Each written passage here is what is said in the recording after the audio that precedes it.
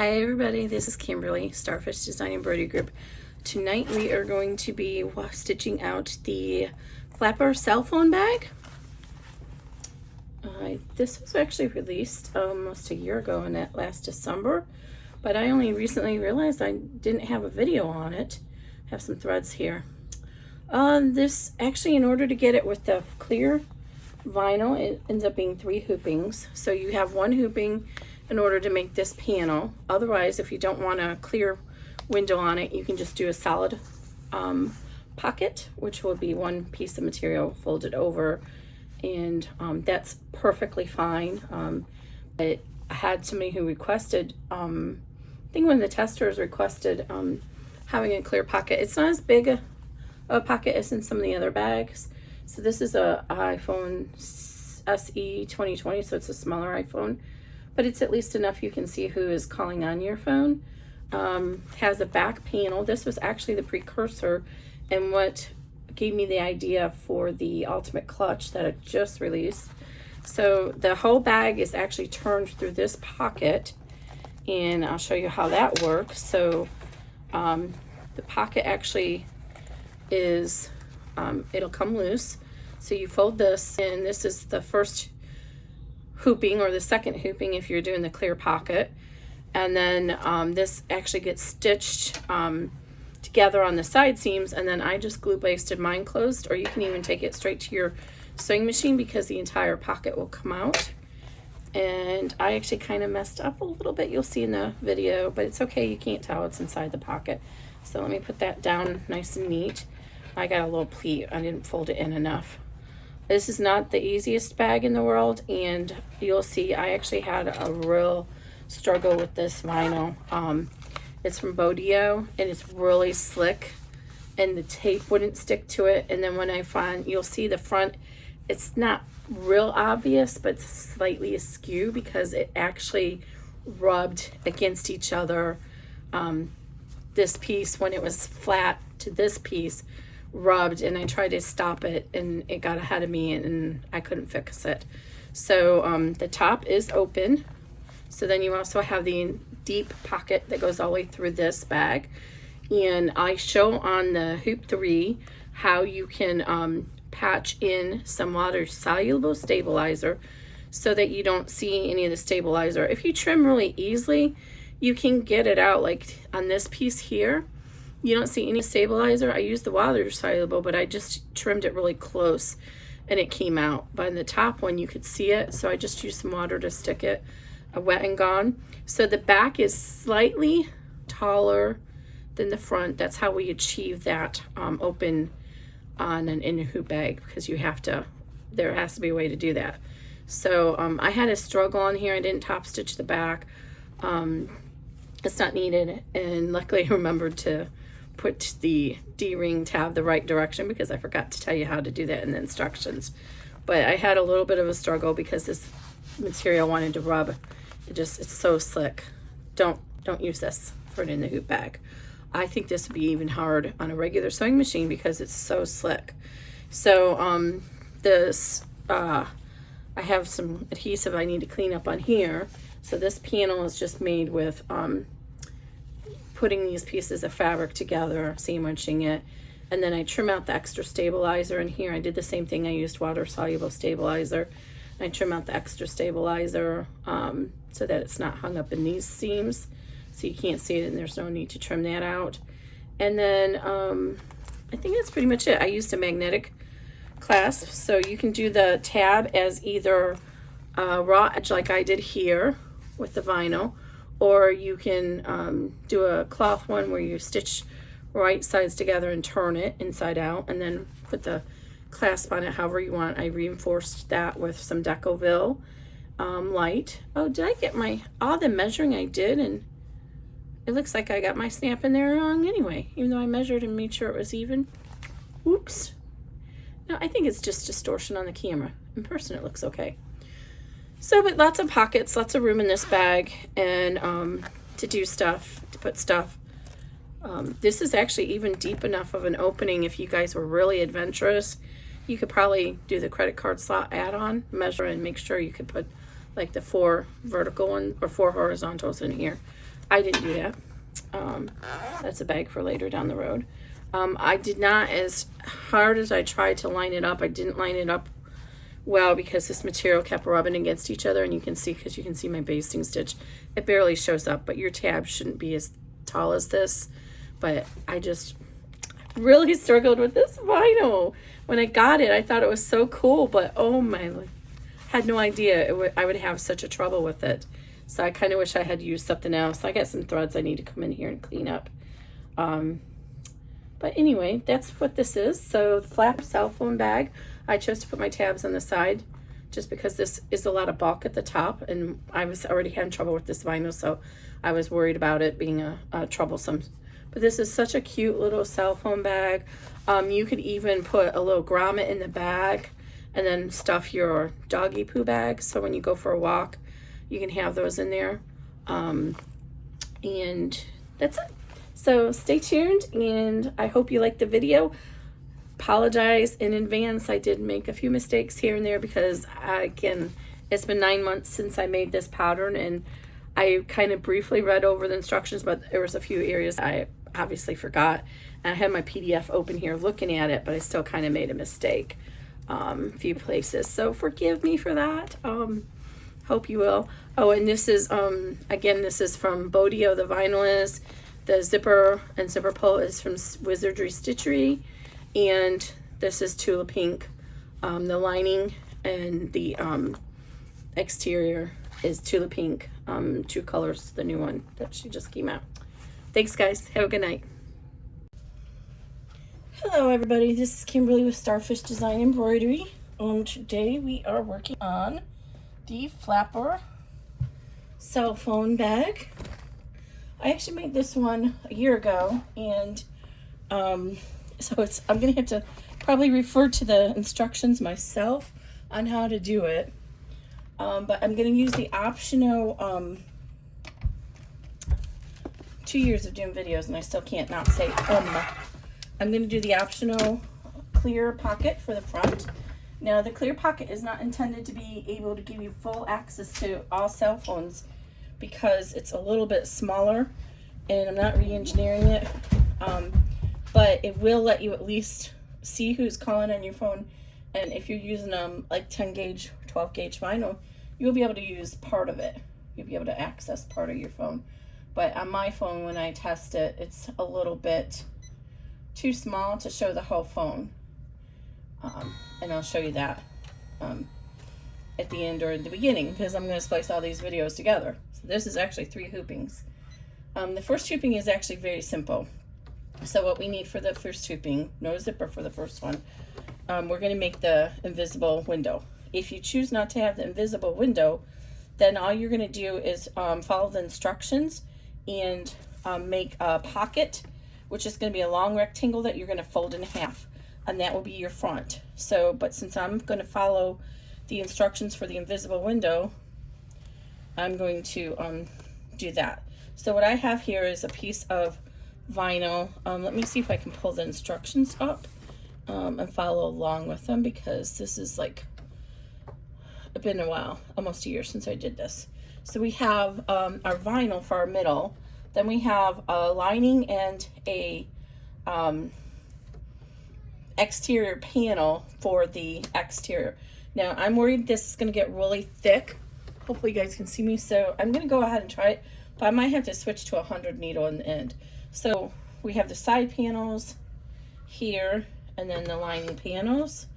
I did want to use the same fabric, but I thought it would confuse you, so I'm doing 2 different fabrics. This is the Tula Pink, and then we'll need lining and exterior for the top and the bottom as well. Okay, now with this bag, the zipper pocket is going to be on the back, but the top of the pocket that we're going to create in the top of the bag itself is going to be folded over, so the stabilizer is going to show. It kind of shows. You have to tear it away, but you'll see what I mean when we get there. So what I'm going to do is use this what is it called? Sorry, I just lost the name of it. Wet Beacon, I believe it is. This one is by Floriani. I'm gonna go ahead and hoop that for this one, and then when I get to the second hooping where we're gonna do, or the main hooping, yeah, wet and gone, I'm gonna go ahead and patch it into the top, just so it's at the top, because this spool here, this roll was $33. Now, I mean, that was a long time ago. I got this basically when I bought my multi-needle machine for all intents and purposes from an estate sale. So this is probably quite old. So the same amount probably costs $50 today. So it's expensive, and we want to make sure we don't waste our material. If we hoop a whole, I'm doing a 6x10 bag. This one is only a 6x10. If I do that whole bag, then that's a lot of stabilizer that's going to be wasted in our hoop.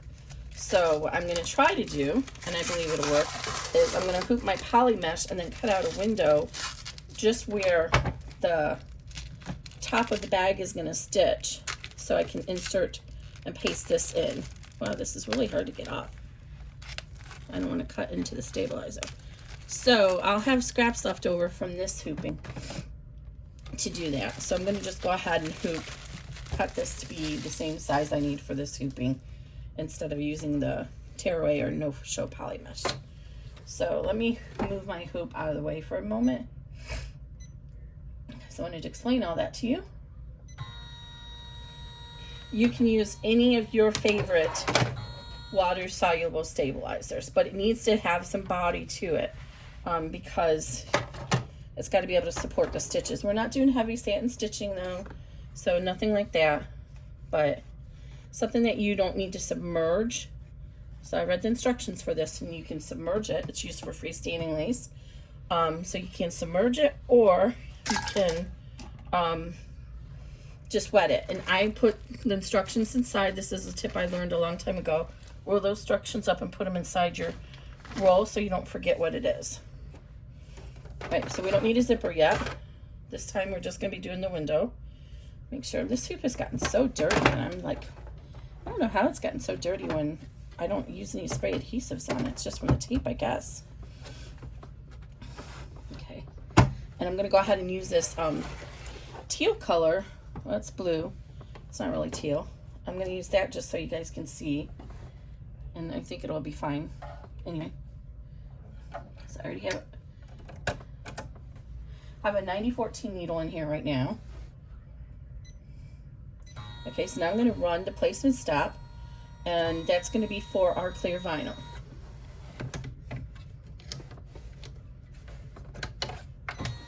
And let me get my instructions here, because like I said, I haven't done this in a while. So there's actually a bunch of steps, lines that are going to stitch here, and I'm going to show you what they are.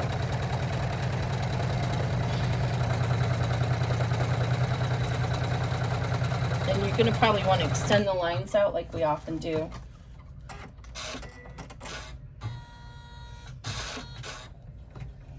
Okay, so this outer line is going to be where we're going to, oops, this threw it off here. Weird. This is not the best quality thread. I think this is like Exquisite or something like that, and in my opinion, it's not the best quality, and so sometimes it like mucks up on you. But I got it for free, so I'm just using it up. Okay. And you know, my machine always has trouble on that first stitch if it's not in the stabilizer for some reason. I don't know why. I don't know if it's just me that has that issue, or if everybody with this machine has it. I'm really looking forward to getting a machine with a bigger hoop.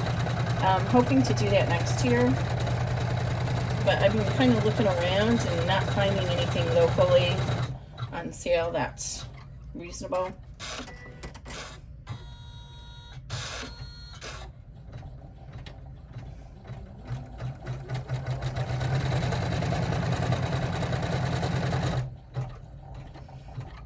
And we're going to cut this piece out.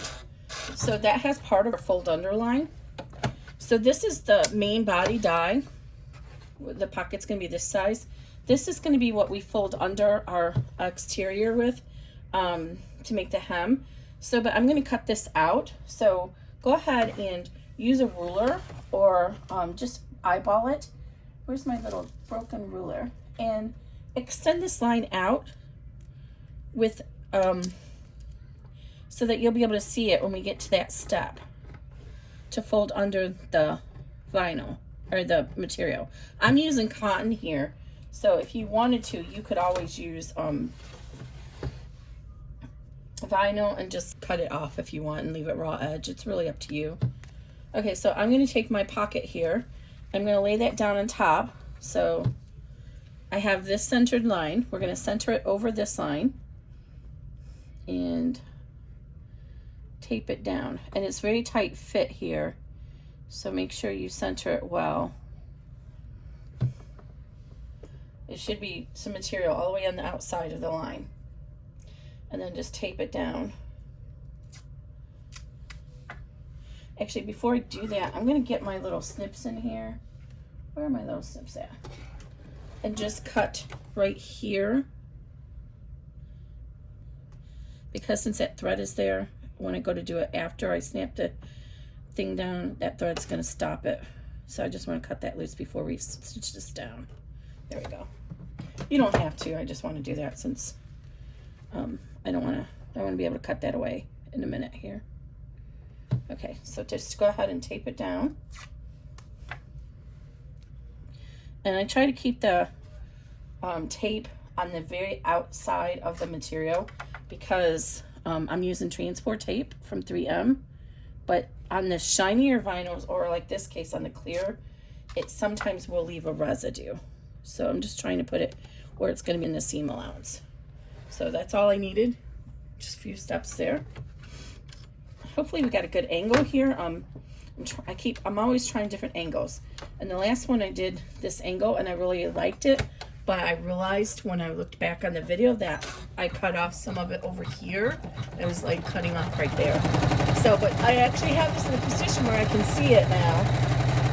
I was doing a video in this format before and somebody said they didn't like it like this.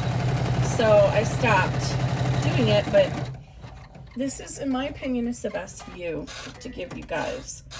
And it also gives me that benefit of being able to see. Okay, so now that's stitched down. And we can go ahead and remove our tape here. And we should be able to reuse this tape 3 or 4 times at least. So just put it on your machine or wherever.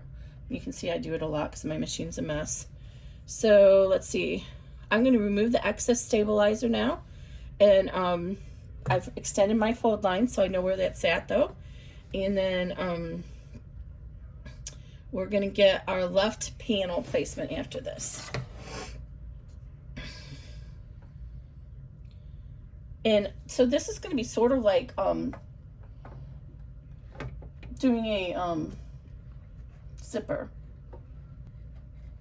I do not know where my tiny little scissors are. Okay, I'm going to try and use the seam ripper to get started, and I'm going to just remove this extra stabilizer here because it just will make it easier for us when we go to remove it from the bag later to get this extra out of the way.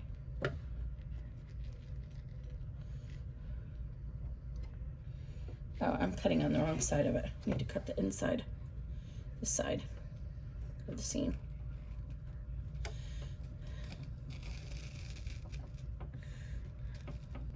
All right, I'm going to use my applique scissors since I just got the line in there now. And I'm just going to go ahead and cut as close to the seam line as I can get it. This just eliminates how much stabilizer we have to work off the bag when we're done. So I'm holding up underneath to support this to make sure it's not going to cut. And the little scissors would be much easier, but I'm not seeing mine on the table right here. You know, I have a 9-year-old. Now he's pretty good. He knows for the most part what he's not supposed to play with, but not always. I have to remind him sometimes not to use Mom's really good scissors to open up the Amazon box. But it's easier to do it this way. Speaking of Amazon, have any of you guys seen the new bag? I was really excited about it. So there's a new bag that they got, and it's totally recyclable. It's made out of paper, and it's padded. So what they've done is they've done 2 pieces of paper, and then in between is the air, and they have little puffs of ground up recycled paper inside. Now look, I'm not going to throw this away because we could use this on another project. So what's the best thing to do is to get, I hope I don't regret this, I messed this up right there. The best thing to do is to get a bag to store that in and label it. See, I cut the wrong area, so I'm hoping this piece doesn't come undone.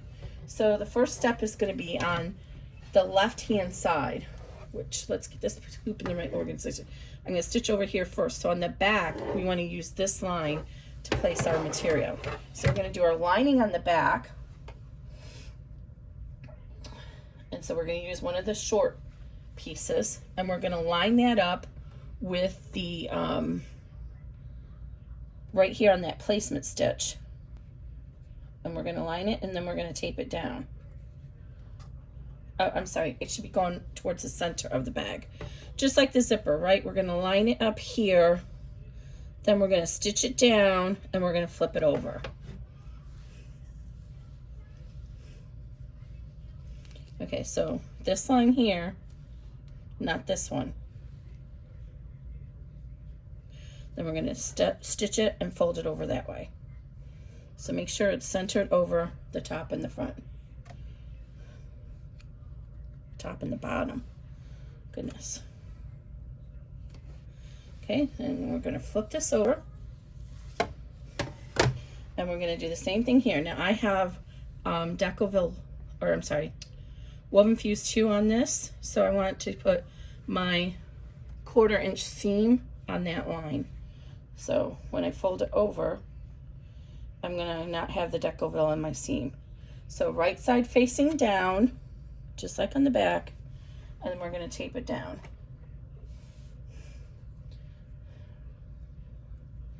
I feel like I'm backwards because I'm looking at the hoop upside down. I'm looking at my machine and I'm like, oh no, stitch is going to be over here. It's because I have the hoop upside down. Okay, there we go. Now we're going to run the tack down stitch. So these are steps just like as if we had a zipper. Oh, I'm sorry. Why is this not right? Why not tack down? I don't have it at the right line, I don't think, because it's not. Should be farther over. What did I do wrong? Hold on a minute. I haven't done this in a while, so like I said, oh, that's the placement. I didn't run the placement line. I actually have a placement line. Okay, see, this is why I needed to do the video. All right, let's remove this. There's a placement line. So I need to run the placement line.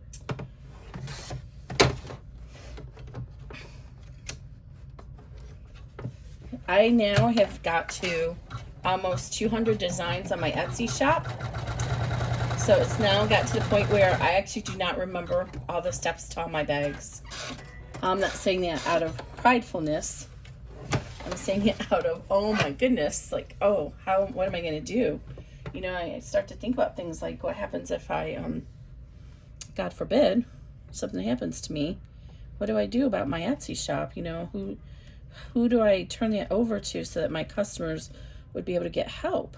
And I don't know if other digitizers think about that. And I'm single, so I don't have a spouse. Okay, so we're going to line up our lining with that placement line that we just made. Okay.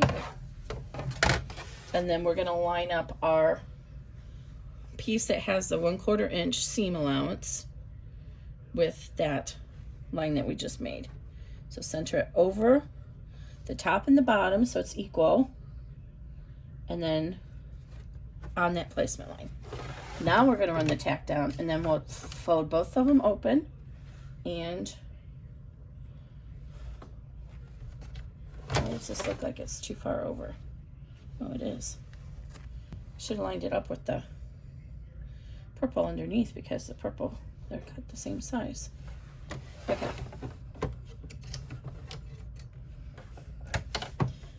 My seam allowance is larger on this, so I didn't realize it. So it's going to go through my woven fuse, but that's okay.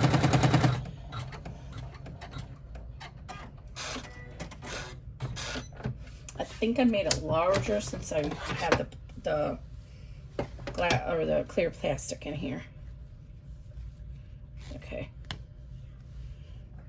So then we're going to go ahead and open it up on the back and the front, fold over, and tape.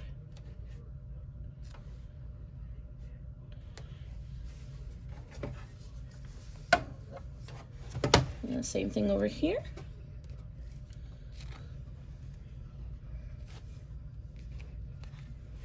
And it's a little stiffer to do because I have that woven fuse in there. Now I can see my purple underneath here. Let me hold this up so I can tell I did not fold that over tautly enough, so I'm going to redo it because I don't want to be able to see that purple through there. It's the same placement line, so we know that it's even, but I just didn't pull it tautly enough. I want it to be taut because I don't want to be able to see the purple underneath. I'd actually recommend for the looks to use the same interior and exterior. I mentioned I was going to do that, but I didn't because I didn't want you guys to be confused. And see how that's puffy? I didn't want to tape inside my clear vinyl, so just use it. This is a chopstick. Anything like the chopstick or a purple thing. Okay, now we're going to go ahead and run the placement stitch over here.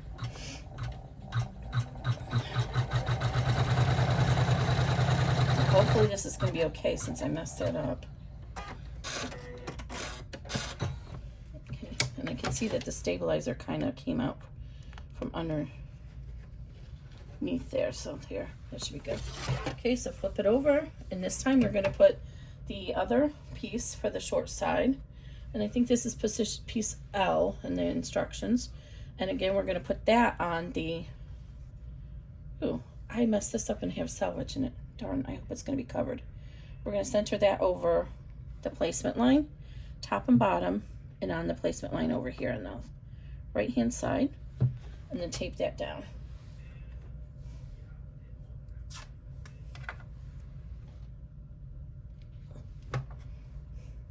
I'm just putting the tape on really gently, and then I'm going to push it a little bit stronger once I turn it over, because you can see I have a lot of give in here right now because I tore away that stabilizer.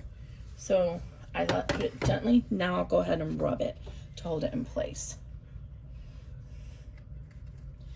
And then we're going to do the same thing on this side. Center that over there and tape it down.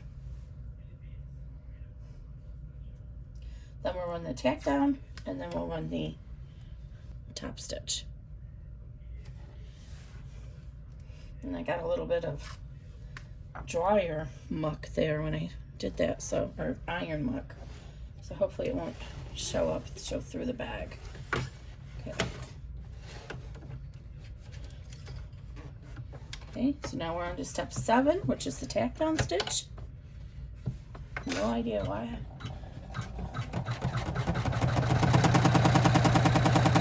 I like a 1/2 inch seam allowance on this one. I think it's just to give it more body to hold the phone in. It's hard to say what I was doing back then a year ago. Okay, now let's turn this over and open it up. And again, we're going to be ginger because we have a little bit of looseness there. So just gently finger press it and then tape it down. And then we can always be a little bit more secure when we get to the other side. Like this. Okay. Make sure it's against a firm surface and finger press it. And if you can see it underneath the purple, go ahead and flip it over and redo that and pull that over a little bit more. I'm going to pull it a little bit more taut and tape it in the center.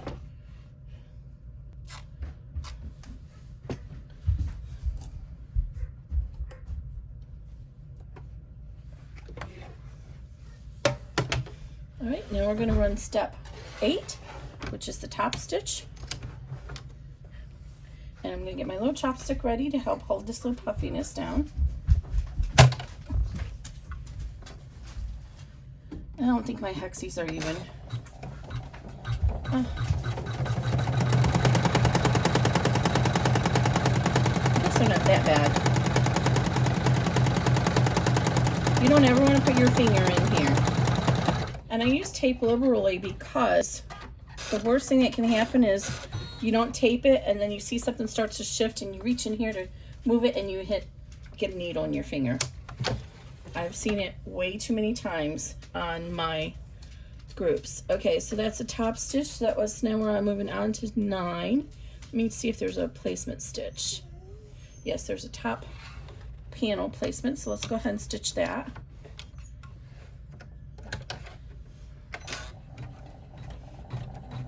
And then the top, oops, the top is going to be a little bit different because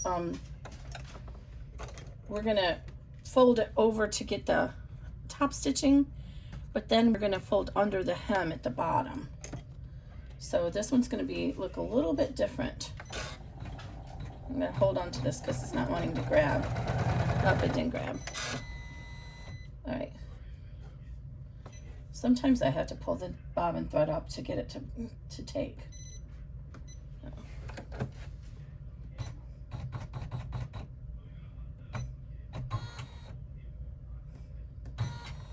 Okay.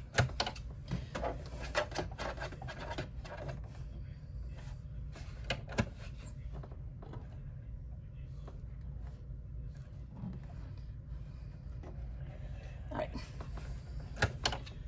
So all I did was held onto the top thread and used my hand reel to pull the thread down and take one revolution, and then I can pull the bobbin thread up. That's the same thing you want to do when you're working on a in the hoop project where you're going to have a back that shows. Okay, so now here is let's do one of our lining panels on the back, and then I want to show you what I'm doing on the front. So let's go ahead and remove this tape from the side panels, and we'll reuse it for this panel. So here's our placement line. So we want our material to be right side facing down here because we're going to tack it down and then flip it down. So this is our lining, and I've got it centered over there. You guys can still see what I'm doing, right? Yeah, okay. Now we can go ahead and squish it down a little bit more. Now I have 2 pieces for the exterior, but I added some Decoville Light. So I have woven fuse on both, but I also added Decoville Light on this piece because I'm going to put a magnet there, the receiving end, for the closure for the flap. So I want a little bit extra support there. So I put that there. So we want to make sure we use this piece up here for our top. That's going to have to support the extra weight needed for the magnet, or whatever snap you're using. I'm using a magnet snap.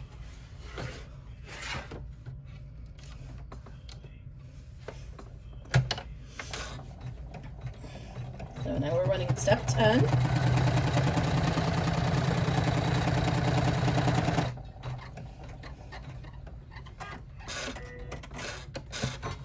And this is the part where I was saying, you know, this is going to be the exterior of our bag. So now when we fold this down, you'll see that why we wanted to use this water soluble vinyl, or I'm sorry, stabilizer, because this is going to be the exterior right here. So there's going to be stabilizer in it. So we're going to gently fold this down. And I don't think I got it. I tried to make sure. I was a little bit dubious about using this hexie. At least it's aligning. I tried to make sure I was going to get it all stitched down evenly, but as you can see, I didn't. So the hexagons are a little crooked.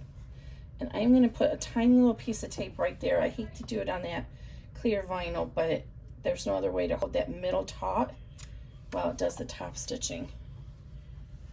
And I want it to look neat. Okay, so hopefully we won't get any residue. It'll only be on there for a minute.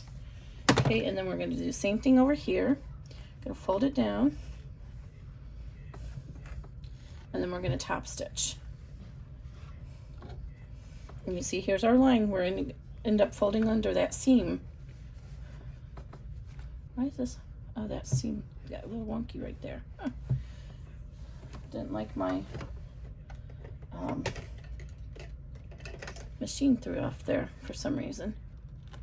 It's okay, it's just a basting stitch. I'm going to pull that out real quick, just so our seam is nice and neat. Okay, always make sure you hold this against a firm surface when you're doing the finger pressing, because you don't want to have your hoop come undone. What happened to my little piece I had? Don't worry that it doesn't look even on the sides. I made it a little large just to give you allowance in case your seams are not, you don't do as well of a job. Okay, I'll do a tiny little piece right here just to hold it. All right, now we're on to step 11, which is going to be our top stitch, and that gives our top a nice finish. And you see our right here is our magnet's going to be there, and we have that extra reinforcement there.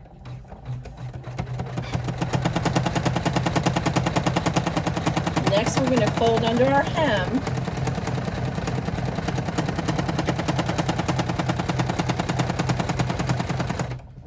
On the back and the front. And then we're going to do the top stitch. So on the back, look for those lines that you just drew, or not just drew, you drew them earlier. Yeah, I left a little residue.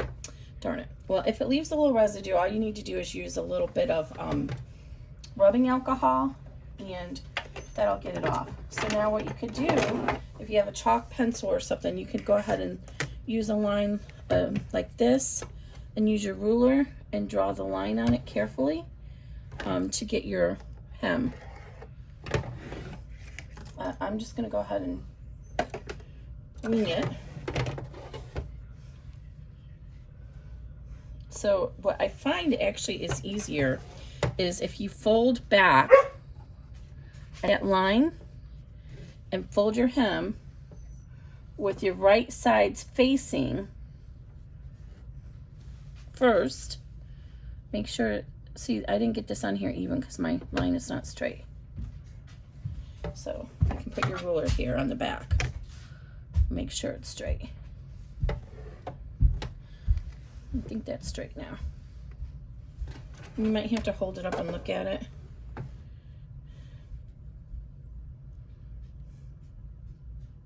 All right. So then,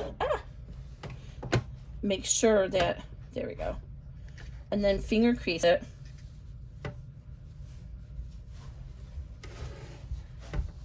And now that you have that crease, so I finger creased it so it's even over here, it's even over here.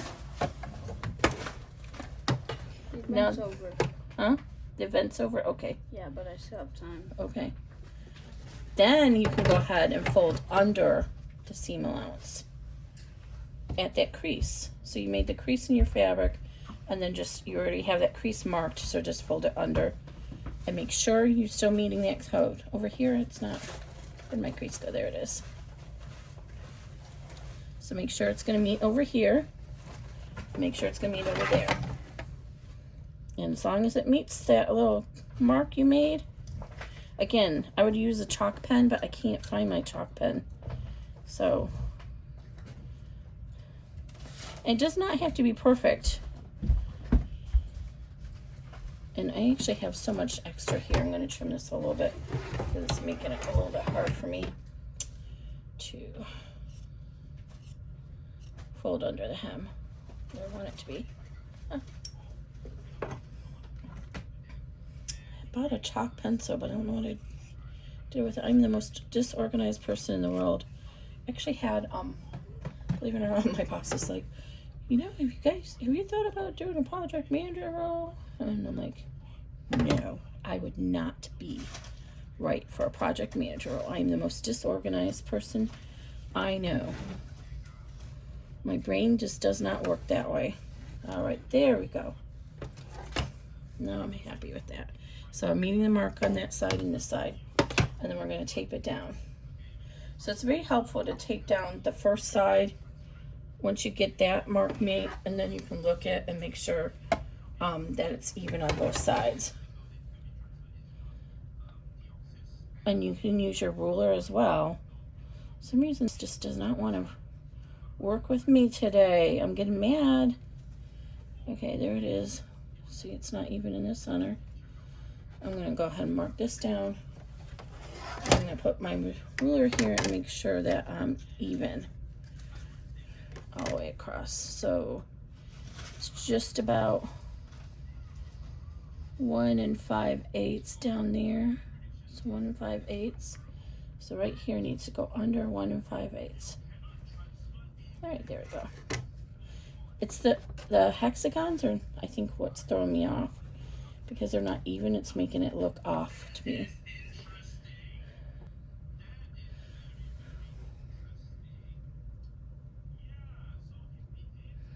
One 5/8. Okay, I'm happy with that. So now that we have this set on the back, it's going to make it easier to fold under the front because we have this bottom to compare it against. All right. So the same thing here. We're going to have to use a little rubbing alcohol and get that little bit of adhesive off our vinyl. And now go ahead and fold this up so that it's even with that purple that's shown out from underneath. And I have this woven fuse on this, so it's make it a little bit harder. And then it should also match with your side seams that we just drew. Why do I keep saying just drew? The side seams we drew in step 1. All right. And for some reason, it's not even with the black underneath. What am I doing wrong? Okay.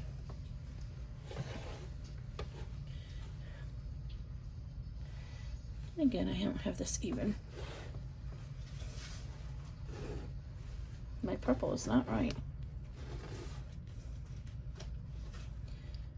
I think this is actually the hardest part about it. I think the stabilizer is a little underneath, is like moved underneath. So, all right. So now I'm going to go ahead and fold this back on the fold that I created right there. And then I'm going to go ahead and redo the back as well.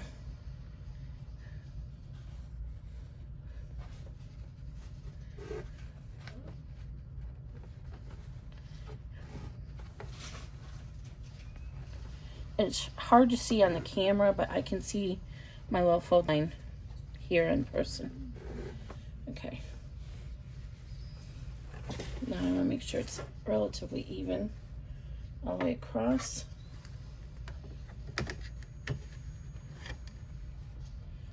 On this side, even on that side.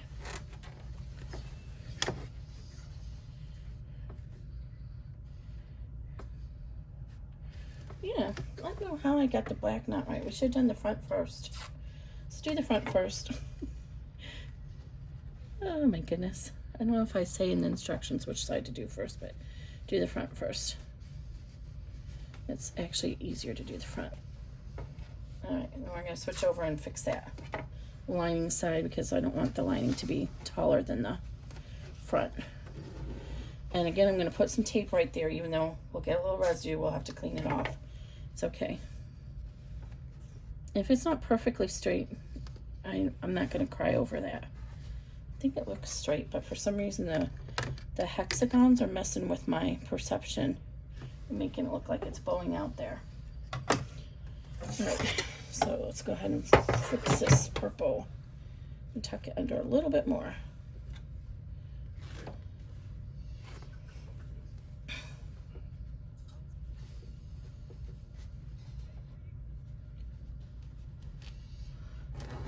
Whoops.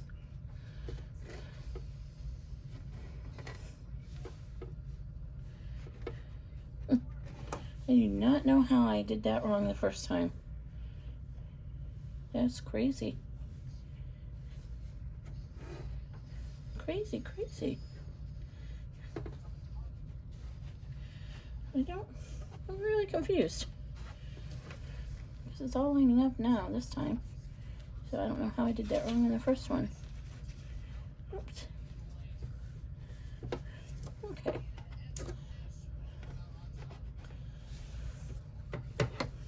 Alright, now it's good. Alright, now you can't see the purple underneath. Alright, that took a long time, I realized, but that is the trickiest part about this pocket. Alright, so now we're going to do the top stitch. The bottom, we don't have to worry about that.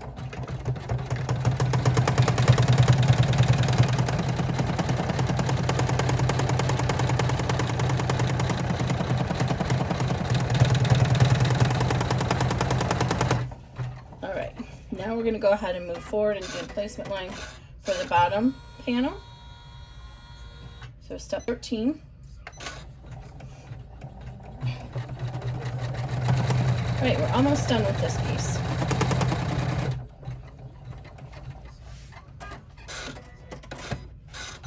Alright, and on the bottom, we don't have to do that fold under tuck because we are just leaving that into our seam allowance at the end. Definitely left a little adhesive there. Alright, so take your other piece of lining. This should be your last piece of lining. And remove this extra tape here so you don't tape that down. And then go ahead and line this up centered over this placement line. And tape it down. Try to make sure you have the same amount of seam allowance on both of these sides.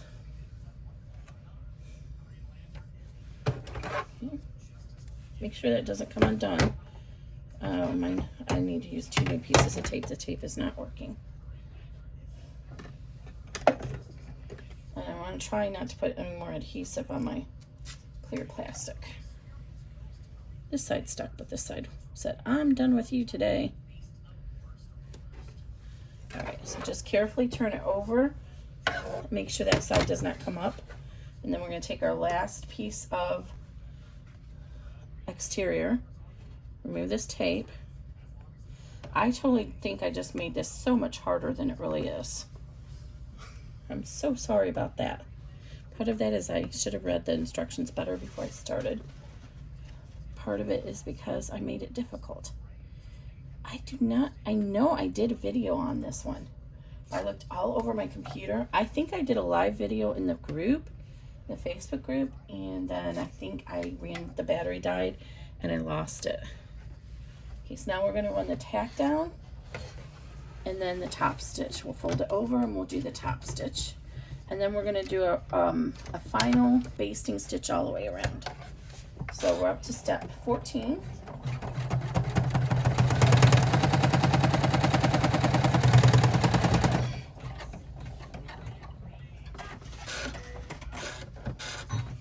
We're going to turn it over to the back and fold our lining panel, our last lining panel down and tape it down. And again, make sure you be careful finger creasing it because we don't want to hoop the project. So I actually have it at an angle where I can use the bed of the machine without unhooping it. Okay, and then do the same thing down here. And then we're going to go ahead and finger crease this. I didn't do a great job over here. I can see a little bit of the purple shining underneath, but that's okay. I'm going to accept it. All right, and then we're going to top stitch.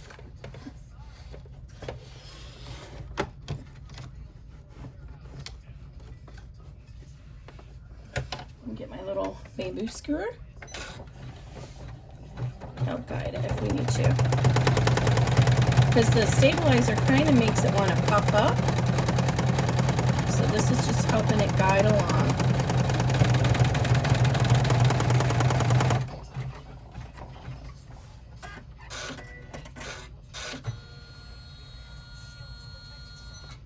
Okay, now we're going to go ahead and run the final step, which is just a basting step.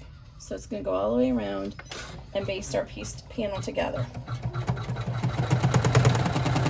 Now, see right here, this was kind of puckered up a little bit, and I would have risked that the presser foot might have came into it. So I want to kind of keep an eye out for stuff like that and use my little pointing device to make sure that doesn't happen.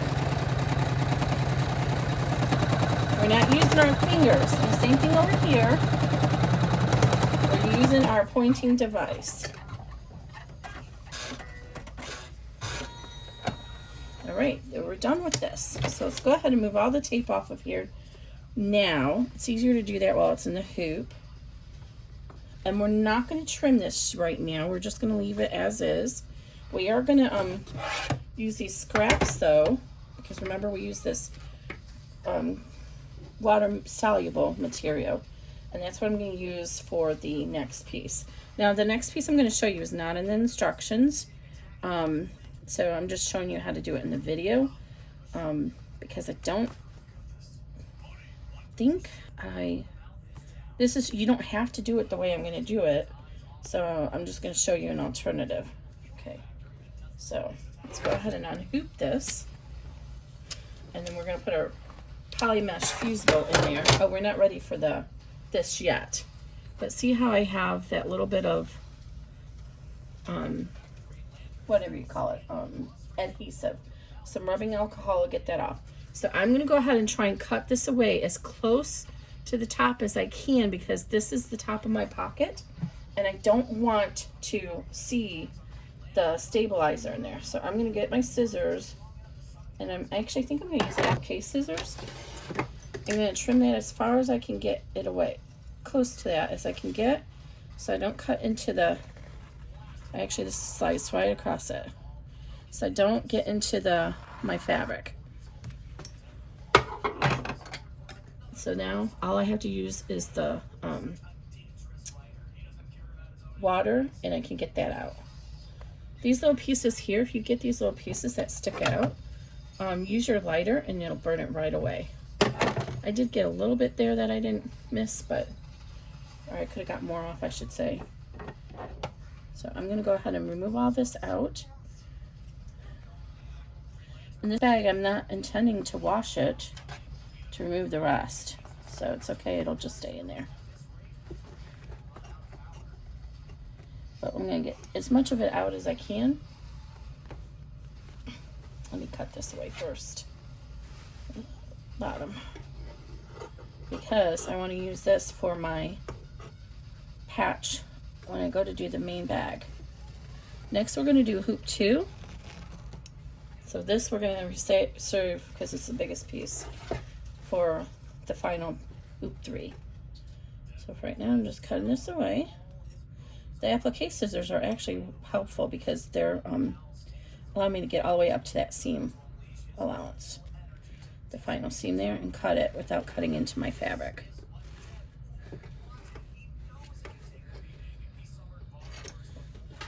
Alright, that one we'll just save aside.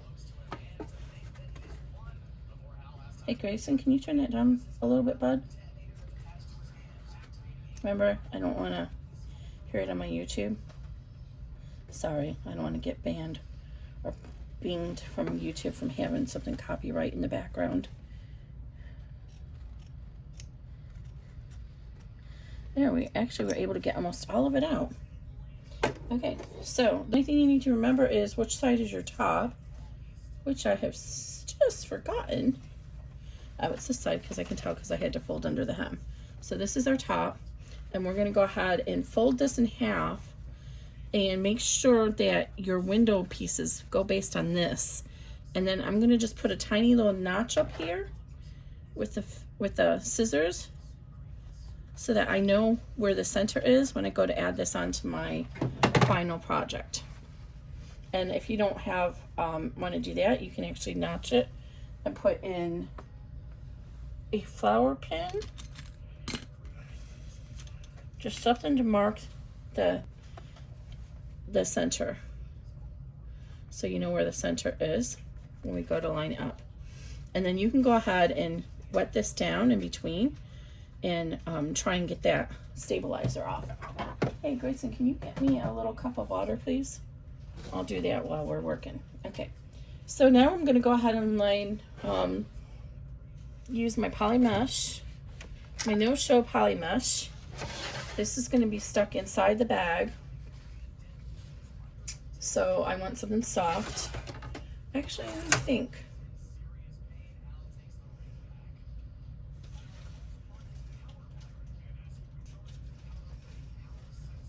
I think it is, yeah. I think it's still going to be stuck inside. I'm trying to remember. It's like, oh wait, maybe this one's the one that I can trim out. But anyway, it doesn't matter. We'll figure it out. But I'm using the no-show poly mesh. I need to order another roll of this. This was like 50 yards and that's all I have left. And then we're going to need a zipper for this one. So I'm going to use one of these colorful zippers. And I have not decided on a zipper pull yet. Let me think while I'm getting this ready. Which zipper pull do I want to use? So, and I would recommend that you go ahead and take a little break. Don't sit at your machine and do this straight through like I am, because it's not good for your posture. For me, for sure, it hurts my back. But I don't have the best back. Okay.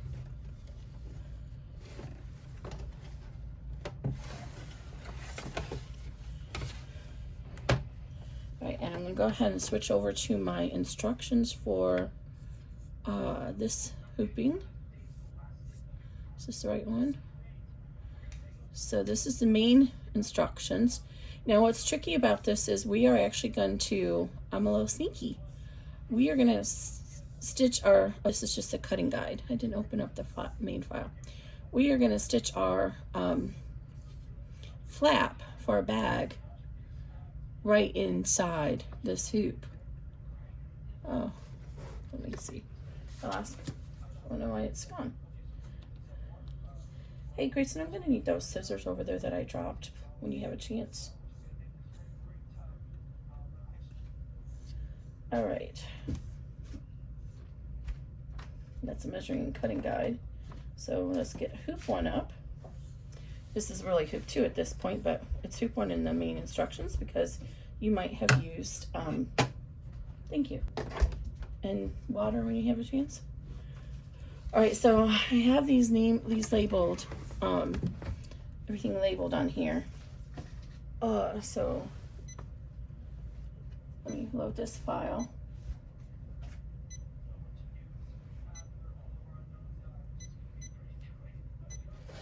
Okay, we're gonna go ahead and run our first step, which is gonna be all of our die lines.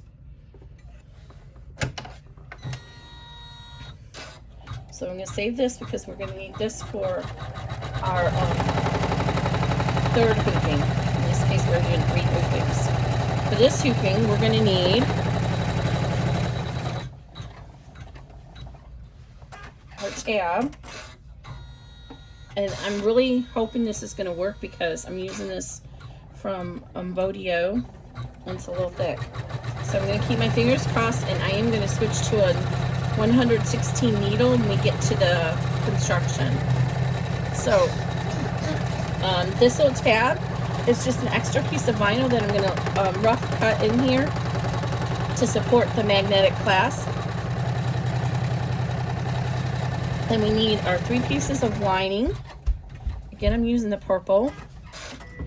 And then we need our 2 pieces of exterior panel. These are all labeled. And your measurements are in your cutting guide. The last pieces there are for the exterior.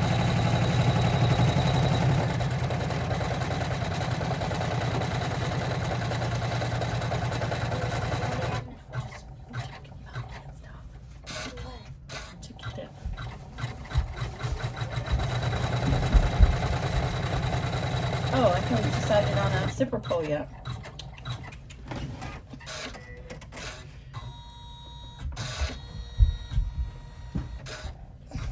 Which zipper pull should I use? Thank you, Grace.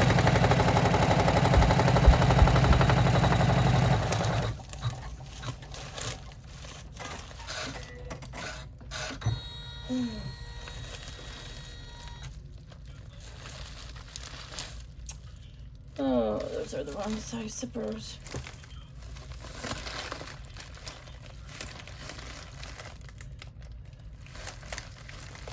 Alright, which size zipper pull do we want?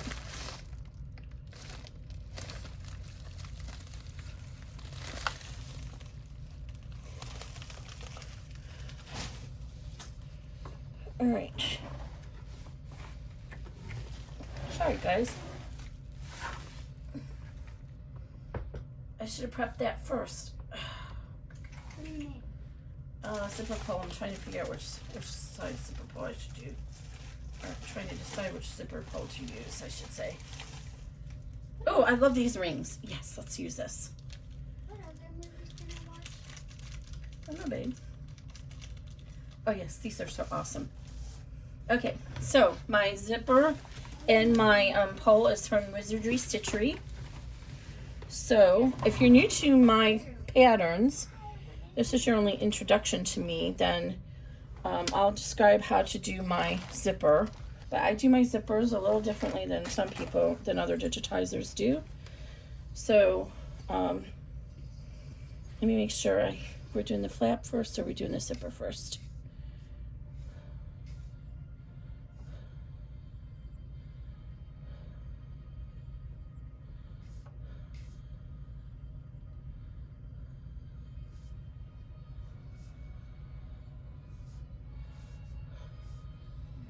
Okay, we're doing the tab first. So let's pone on the zipper for a minute. Okay, so I'm going to do a vinyl, oops, helps to pull that up. I'm gonna do a vinyl tab. So I'm gonna use this tab on the front and the back. I'm gonna position my vinyl like this, and then right side up on the back. So before we put the back on though, we're just gonna put the front on, and we're gonna center it over this, and make sure you have at least about a 1/4 inch hanging over on both sides, on all sides. And I'm actually gonna flip this over on the back and make sure it looks right too, and tape it down. And if you were doing a cloth tab, then you would put the cloth right side up the same way as this, but then on the second step, you would put the cloth on the right side facing down. So make sure it's evenly distributed across the placement line here.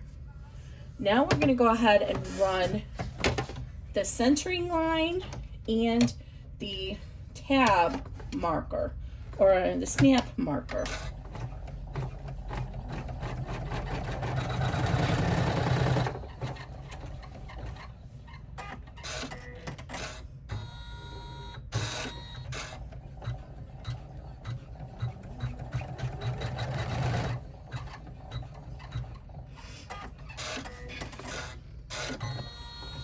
All right, so now what we're gonna do is go to the back side of our hoop, and we wanna position our scrap right over there, but I'm gonna go ahead and make it a little bit round, so it's just slightly bigger than that snap area.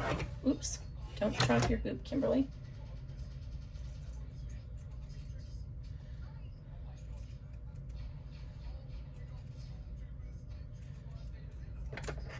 Okay, so I'm going to position it right over that snap area, and then I'm going to position the second piece of material, vinyl, right side facing up, so it's centered over that placement. And if you cut yours correctly, which I don't think I did, you should be able to see underneath. It should line up exactly correct, but I don't think I did, so I'm going to have to center mine. Make sure I have enough seam allowance at the top. Oops.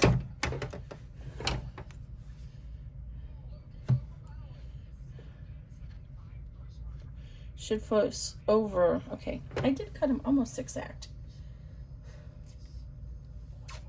And then go ahead and tape this down, and the taping of this will hold that little piece in place. And that's just a little bit of support, but it's not going to be in the seam allowance because we don't want our tab to be that big, or that thick, I should say. All right. So I'm carefully going to turn this over. Make sure that little tab did not go anywhere. Oh, you know what? Really, I'm so sorry. We really should glue that down. I don't know what I'm thinking here, because it's just going to come loose if we don't when we go to turn the tab. So let's go ahead and carefully, now that I have my tape all over, get our glue out, and we're gonna glue that down. Alternatives to glue is you can use some double stick tape. So I'm gonna use some glue, just that much, and then I'm gonna center it in there. And that takes about 20 seconds to take effect, and then 24 hours to cure. So either glue, I'm using Fabri-Tac, or double stick tape. Okay, let's do this again. Sorry about that, guys. It should be in the instructions to use glue for that reinforcement. Alternatively, if you're using cotton, you can fuse some Decovil Light there. You just need to give that snap a little bit more support, else you risk it coming through your bag. Okay, now we're gonna run the final stitch, which is gonna be our trimming line, our bean stitch to trim this.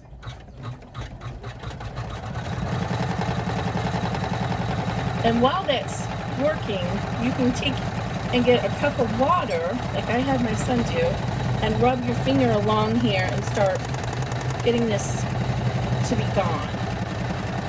Use a Q-tip or something. If you want, you can actually submerge it into water and just have some extra time for it to dry. So I'm just rubbing my finger along here, and you see how that is taking away that stabilizer.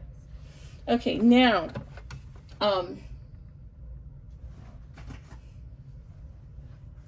why is the dog barking? Oh, okay. I think I did 2 stitches. Oh, the trimming line. Okay, so the next line is going to be the trimming line. So this is just to give you your seam allowance, and you're going to cut right on this line.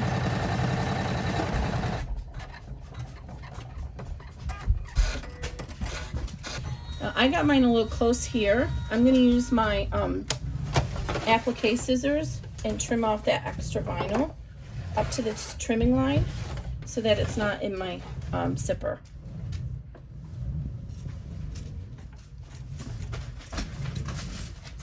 And don't worry if you cut that loose, because it's going to be cut loose anyway. Try not to cut into your stabilizer though. And we will cut this loose at the end. None of the rest of the bag will get sewn into it. Everything is digitized so that it avoids this.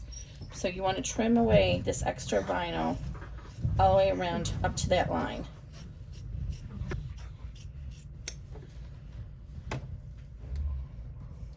Top and bottom and sides.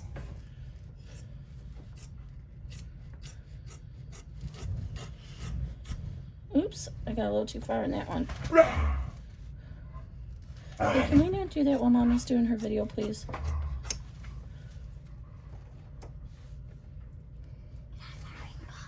Sure.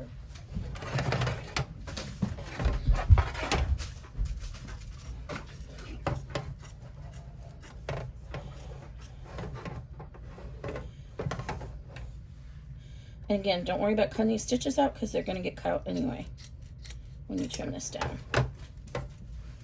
Right now it's just trimming it to keep it out of our seam allowance when we do our zipper and the rest of the pouch. This is actually going to be the back of the bag, and this is actually the bag that served as the inspiration for the Ultimate Clutch. If you've watched that video already, you know I had just finished this bag, and I kept looking at the file, and I knew I wanted to do something else with it. And I loved the idea of the vertical zipper that I did in this. And I said, oh, that's what I need to do. I need to do the same thing, but put it on the front of the bag. I had gotten as far as just drawing some notes at work. And I do a lot of notes while I'm on boring work calls, or sometimes when I'm at lunch or whatever. And I had actually opened up the file and saved it with a new file name. And then literally the same day, a sewist came out with a bag called the Zippy Bag, and it was almost exactly the same as what I was planning. And I was like, oh no. And I reached out to her and, you know, told her that this is how it was. I wasn't copying her, and she seemed really cool about it. But I decided to wait on releasing it. I hadn't gotten it to the point where it was ready to even test yet. So I said, well, I'm just going to go ahead and wait and release it and let her have the glory of her sewing pattern, because we cross over in some of the same groups. So then life got ahead of me and I didn't get around to it, and I think a couple of other digitizers did something similar. And then finally I came back around to it because I had in 1 week at least 5 of my customers saying, hey, I'd love to have an in the hoop version of this bag. And I was like, well, funny you should mention it. It's been in my queue for a while. So that's how this came to be. All right, I love these little pops. It took her a while to get the rainbow ones in. Aren't they awesome? I like the ring pop. Okay, so we're gonna go ahead and center our zipper pull, or put our zipper pull in. So I just put in, you want to start with the rounded edge, and then you put in one side, and then you bend this up and put in the other side. I can't do mine in the air like some people can. I don't know, maybe I got that one this time. Let's see. Some people can do it right in the air and squeeze it right on. I can't do that. So what I do is I get it to this point and I lay it flat on the table, and then I do that. But this has taken a long time to practice and learn how to do this. When I first started, I had to use a fork. Okay, so I'm gonna go ahead and burn the edges on this side with my lighter. Just helps it from fraying, especially when we're working on it. And then we're gonna go ahead and position our zipper. So what I do is I always start at the end and I lay it. Now, this pattern will work with a number 3 zipper or the number 5 zipper. The number 3 zipper has the skinnier, it's a skinnier tape. It's only 1 inch and it has a skinnier coil. The 3 refers to 3 millimeters. So since we're using this number 5 though, it's wider than my placement line. My placement line is geared for a number 3. So I want to go ahead and center the center behind the teeth. You see there's a gap where it opens and separates. You can see that. Center that over our center zipper line. So I usually kind of just take the excess on the end about a 1/4 inch past it. If you're using a pre-made zipper, then you need to make sure you have that like 1 inch past that line, because you don't want the zipper stop to get caught in your seam.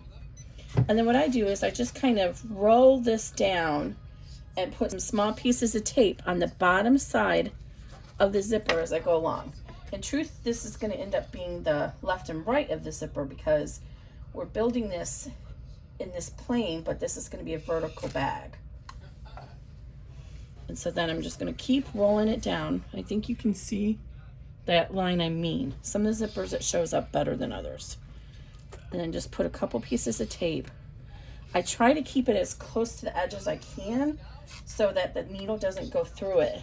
But in my experience, I don't have any issues with the needle going through the transport tape, but it will make the needle gummy up a little bit. So if that happens and you still have a lot of life left in that needle, then all you have to do is use some rubbing alcohol and a cotton swab or a piece of cotton and just rub it up down the needle, and that'll get the gumminess off so you can keep using your needle. You'll know that there's an issue if you start to have a lot of thread breaking or skipped steps. That's because the thread is pulling on that adhesive on your zipper, on your needle. Okay, so now we're going to run the tack down stitch, and this is just going to hold the zipper in place while we move on to our next steps.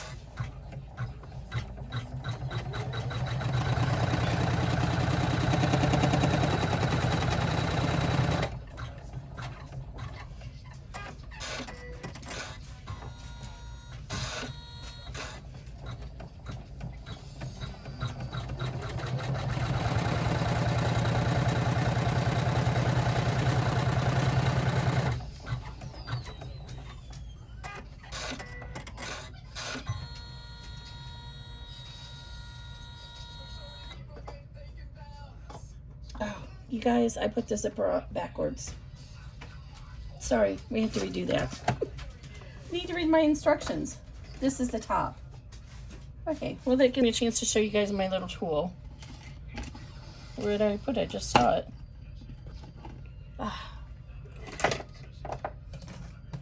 Read the instructions, Kimberly. What did I do with that little tool? I just had it sitting here.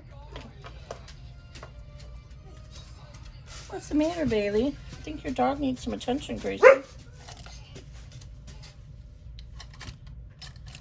I have this little razor blade tool and it's so cool. Oh, here it is. It's right in front of my eyes.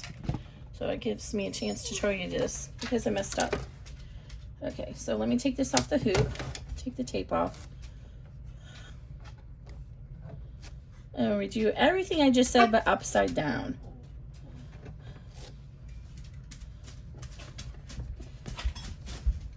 And read the instructions, Kimberly.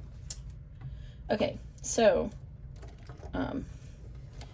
this little tool, it's from Kai. It's like a razor. It is so cool. Watch how it just tears the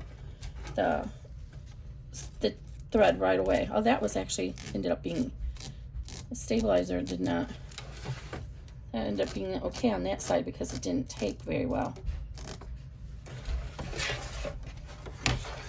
I always make a mistake, at least one mistake in a video. So here you guys go. This is it. I like to joke and say I do it on purpose because I get to show you guys how to fix things then. So I love this tool, but you can use a regular seam ripper. But it doesn't cut the material, in this case the lining, the stabilizer.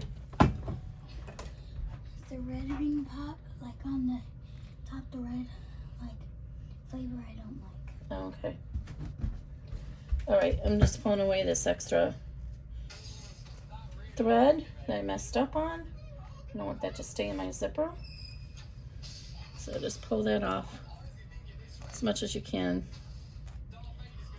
This one it knotted, I can't get that off. And let's do this the correct way.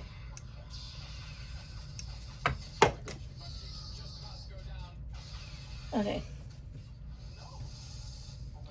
So, sorry, I actually need to look at the, okay, so it should be this way. Okay, so we're gonna do exactly the same thing. We're gonna go ahead and position this. And I actually think that when I did this, I intended to have the zipper tab down here at the bottom. And I don't know why I never changed it. So it makes more sense to have it at the bottom. I realized when I was doing the ultimate clutch, because it gives you something to hold on to when you're pulling the zipper, so that you don't have the zipper pull going into the bottom of the bag. So in this case, I'm doing it on the right hand side because I'm doing it on the position that I have this zipper pull. And again, I'm just taping this down so the center of the zipper is right over that center zipper line.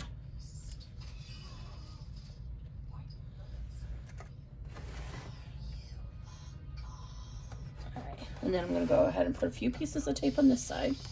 And then we're going to re-put this on position this back on the hoop, and rerun that step.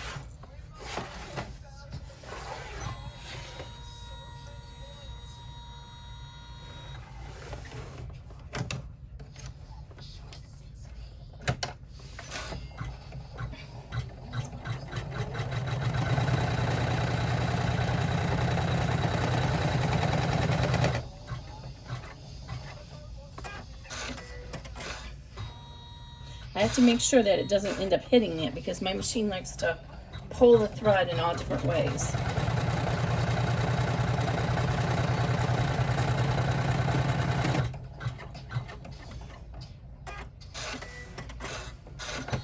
And again, I should have watched my instructions better. Y'all, I'm so sorry. You need to keep an extra inch down here at the bottom. It's in the instructions, because now I'm going to have to kind of keep stopping my machine when we put we need to pull the pole down so we can add our zipper tab to the top. So I should have left more zipper down here so I could do that. So I didn't, so I'm going to end up having to keep stopping mine and moving the pole out of the way. Okay. And I know I did this in the original deal too. I can hear myself doing it. And I got it. So I'm going to go ahead and pull this down as far as we can get it for right now. And then I'm going to end up moving it back and forth in the bag as we move forward. So first we're going to go ahead and put a piece of tape about where the top ends to hold this together. And we're going to run a little placement line for our zipper tab. If we don't do that, then what will happen is the zipper may spread apart, and if it spreads apart, then it could stick the make the zipper the needle break. Okay, now we're ready to go ahead and put our zipper tab on. So we've gone ahead and stitched this zipper closed nice and neat. And we can trim this off at the top of the basting line here and get that extra out of our seam allowance. Right, and then we're going to go ahead and lay our zipper tab, which I lost, so I have to cut a new one. I'm going to double the fabric over because I had interfaced it, but I don't know what I did with that.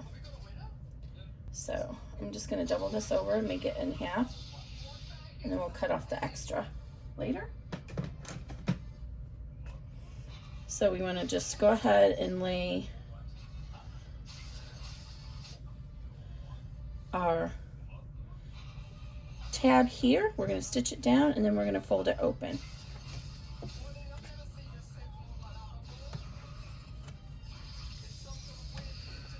I'm using cotton, but you can use vinyl if you prefer.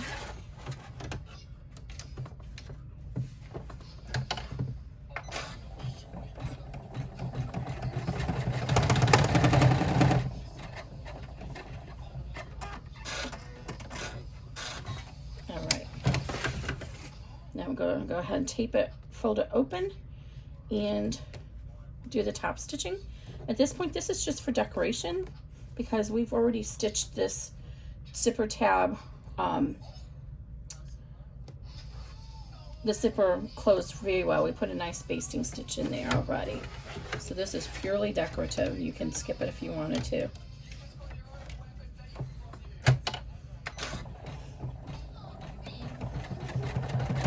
So again, make sure you keep an extra inch down here at the end of the zipper tab if you're using zipper tape, because we're going to be having to stitch back and forth here.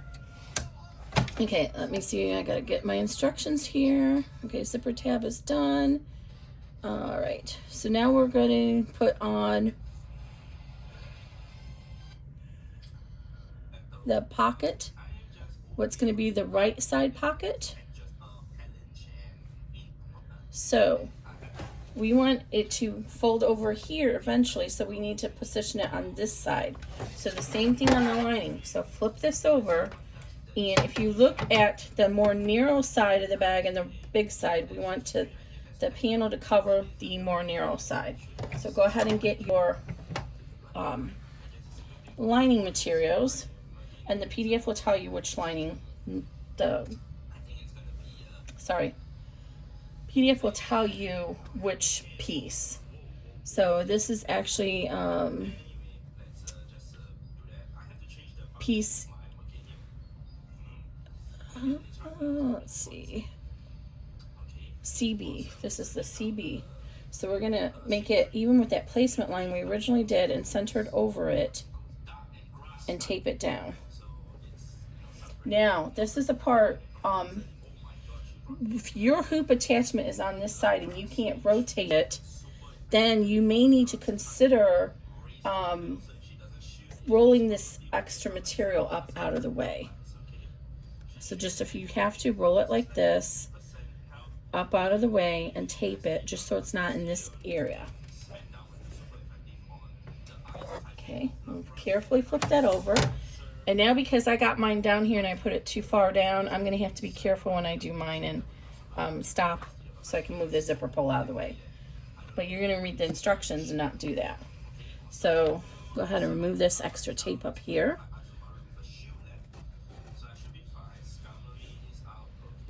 If you do it, if you forgot to do it just like I did, then it's not a big deal. You can see that what I'm doing here. You'll do the same thing. Okay, so I'm going to go ahead and tape this down. Make sure you can get rid of this pole. And I actually have a little bit of give in here, so it's hard to see that placement stitch. So when you use a number 5 zipper tape, it's 1.5 inches wide. You can go ahead and just line it up with the side, it's fine. This side I'm going to have to retape after I move the zipper pole because it's a big pole, so it's going to hold it down. So I'm going to go ahead and start the stitching, and when I get close to that zipper pole, right around here, I'm going to stop it.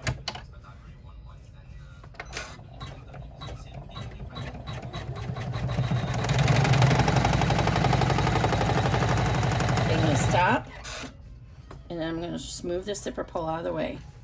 You might have to raise your presser foot. And then make sure this is taped down. And I'm going to resume it.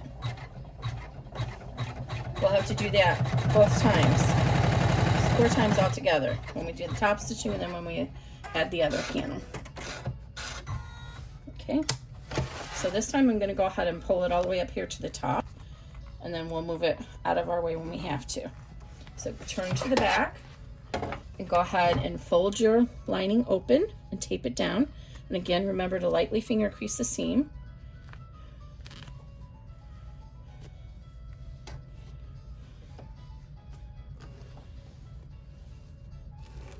It's important to make sure you have that seam out of the path of your zipper pull.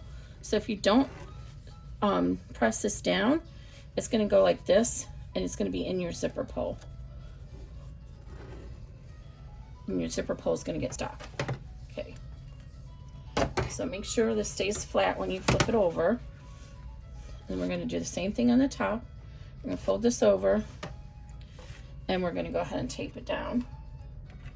And now this is a little bit thick vinyl, so it might give me a hard time at taping or finger pressing. So I'm probably going to need to coax it with that bamboo skewer. It's definitely really hard. I'm going to see if I can tape this over here to this side, get it to stick. I can't. I'm going to do this side.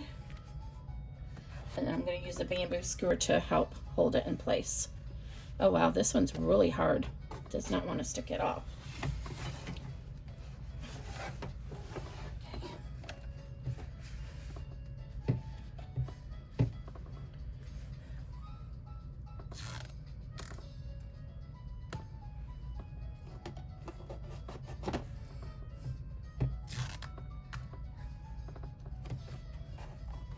Oh, the tape doesn't even want to stick to it very well.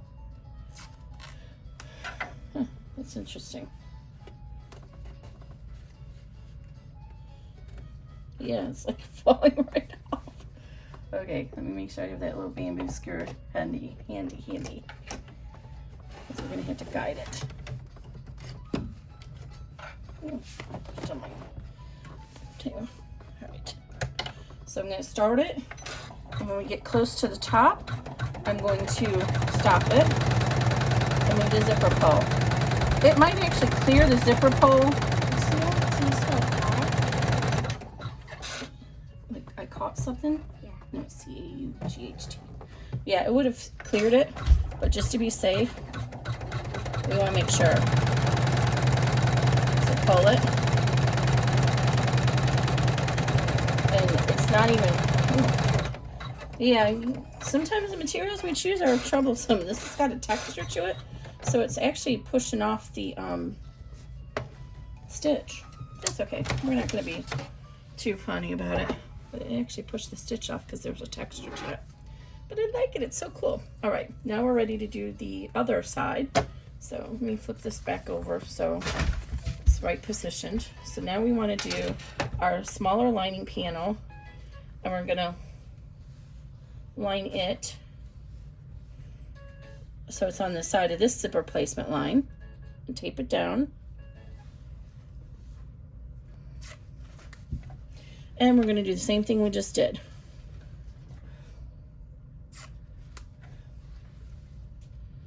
And again, we're going to stop in the middle and move the zipper pull out of the way. And again, if you need to roll that panel out of your way so it does not interfere with your hoop mechanism, then do so. Oh, I think I just pulled a piece of tape off. I don't know, I did.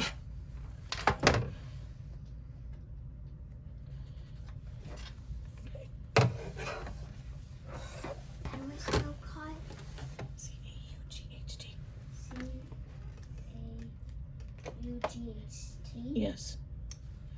All right.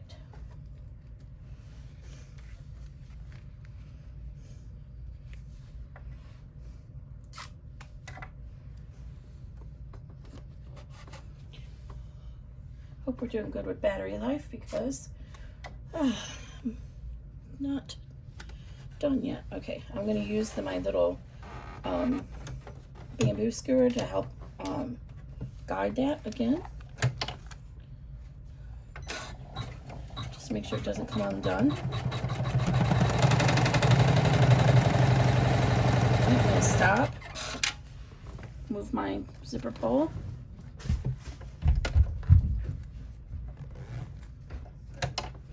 And finish.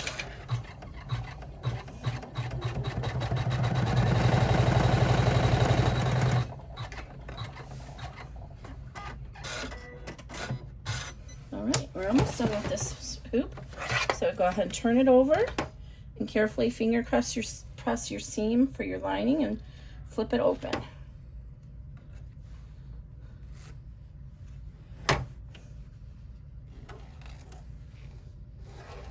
Now, this bag is actually going to get turned through this lining pocket.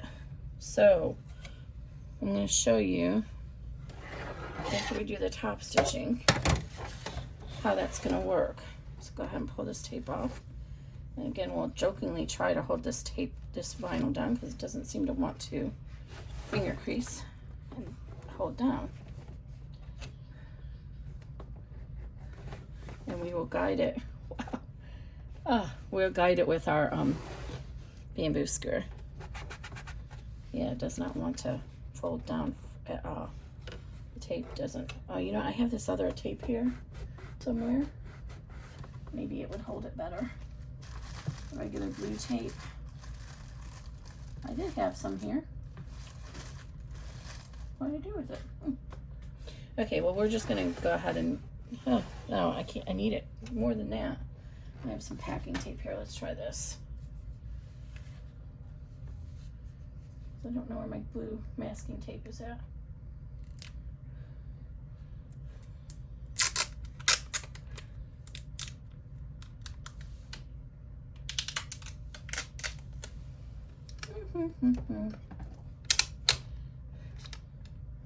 Let's see if this holds it. Please hold it.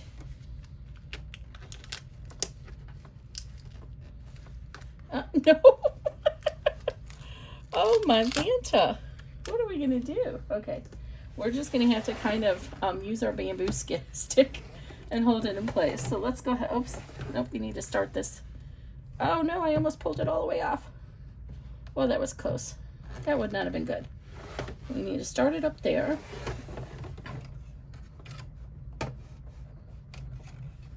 Okay, and then I'm going to go ahead and actually I can hold it with my hand on the outside here. I can keep my hand out of the way. So you might want to do a test run with whatever vinyl you're going to use, because obviously I didn't, and I had no idea that this would not. Okay, it's going off kilter. I'm going to have to use my hand. I didn't know this vinyl would not, the glue wouldn't stick to it.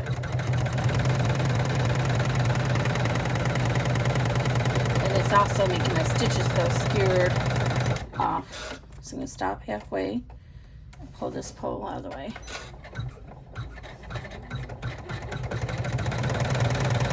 If I had some double stick tape, I would have used the double stick tape. I really wanted to try this vinyl. So I hope we can get through the rest of the bag. Since I can't stick it. I don't know where that masking tape went. Okay, so I gotta read my own instructions now. Okay, so that's all done. So we're up to step 13.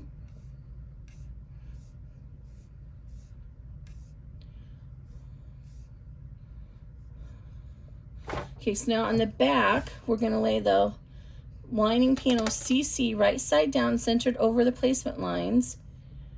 And the long side should be going from top to bottom of the project, and then tape it in place.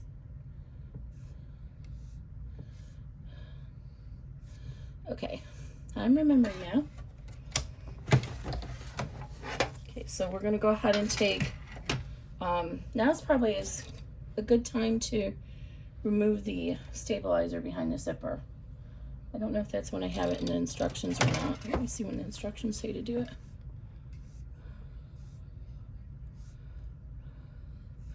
Oh, I must have missed it in the instructions. So do that now.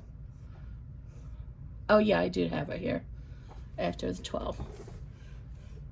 So we're going to trim the stabilizer behind the seam, the zipper.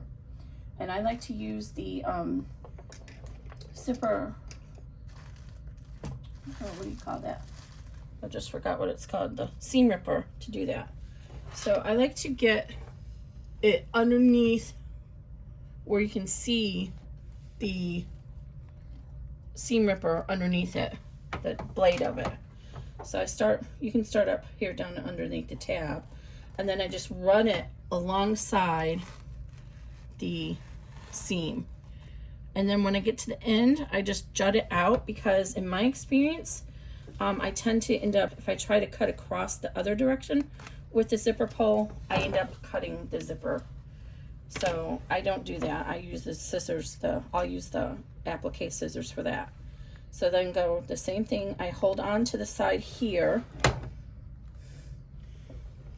You see what I'm doing? Yes. Hold on to this, and then I do the same thing over here. But I hold this so that I can have it taut, so I can get that seam ripper right up against that bag, and then you don't see the stabilizer.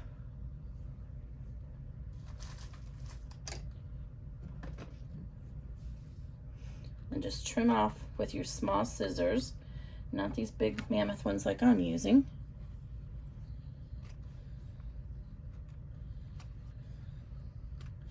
All right.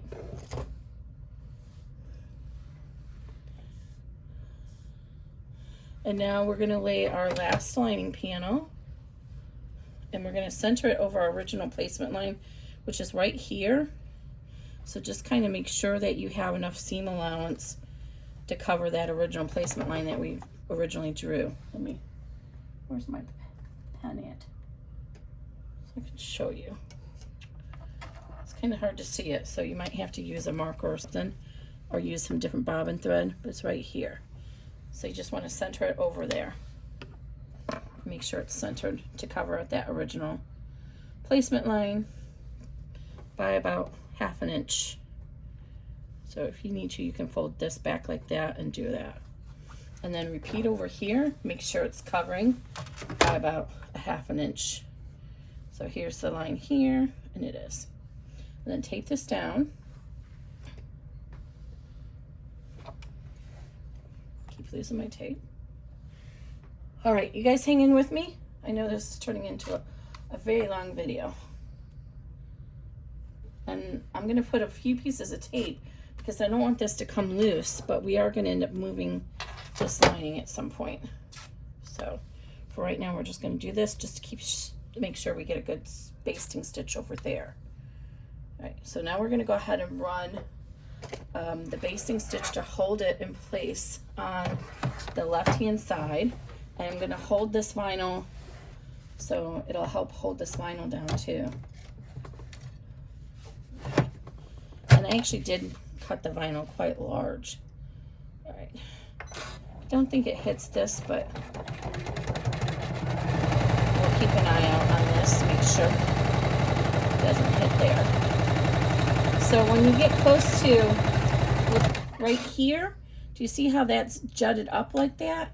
You want to watch for stuff like that because it could end up, the presser foot could get stuck across. And this is going to give us a little basting over our zipper. Your zipper should have been longer than that, but I remember I mentioned to you earlier, I messed it up. Okay, so now we have that piece done and that's all ready to go. So now we're going to go ahead and use our scissors that I've misplaced. How in the world did I misplace those scissors? They were right here. Oh, here they are. And we're going to carefully go ahead and cut out our tab. We don't want to cut through the back, so if you feel more comfortable, you can go ahead and flip this over and pull your lining out of the way like this, so you don't risk cutting into your back, your lining. And you can use your seam ripper, or you can use the scissors and just go ahead and cut out this, because we're at the last step now. We only have 2 more steps, I think. So we no longer need to worry about the stability that the stabilizer was providing for us. And I'm cutting along the curved edge down here. And I'm gonna get my scissors now.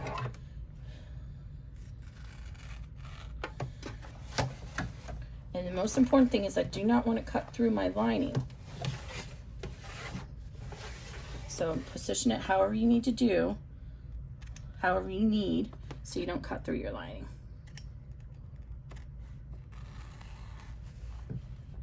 And I have my fingers there so I can feel it. All right, there's our tab. It's all done and ready for the next step when we get to that part, right? Now we're gonna go ahead and lay this back down. And then we're gonna fold under our seam allowance on the back of the hoop.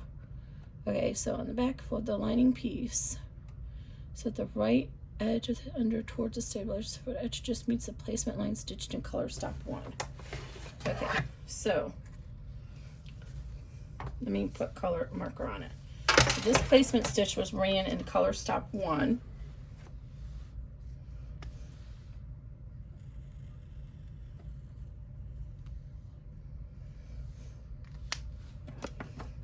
Okay, you see that? This line, not the final exterior. This line, we want our seam allowance to fold under and be right on that line. So take your, just like we did on the first hooping to show how to pull under the seam allowance, do the same thing here. So I'm going to fold that one out of the way for a second. And I'm going to work only on this one, and I'm going to fold it under and fold it right side together and finger crease that seam just to create my fold line. Okay, and I have extra material here, so I'm going to go ahead and trim that off so it's about a 1/2 inch seam allowance.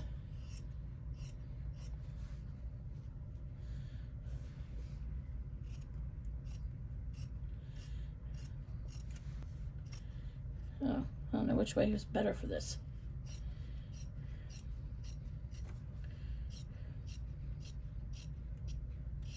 All right, so now that we have that folded for our crease mark, now we can go ahead and fold back the opposite direction so we have the wrong sides together for our seam allowance.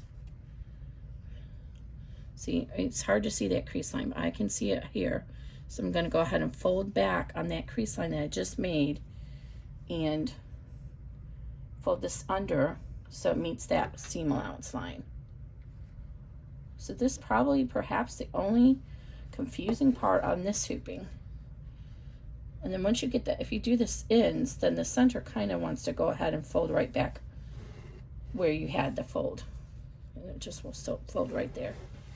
Okay, so now I have a fold under seam. So wrong sides are together, just touching that line.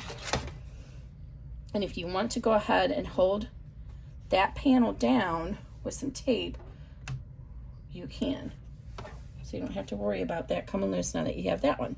Now we're going to do the same thing here, but we're going to just go ahead and fold this so it's right on top of that line. And I'm holding this upside down on my seam or on the table here so I can finger press this. But I have the bracket kind of off the table, So I'm not worried about it coming loose. And again, that seam allowance is a little bit large, so if you need to, or if you desire, you can go ahead and trim some of it off a little bit to about a 1/2 inch.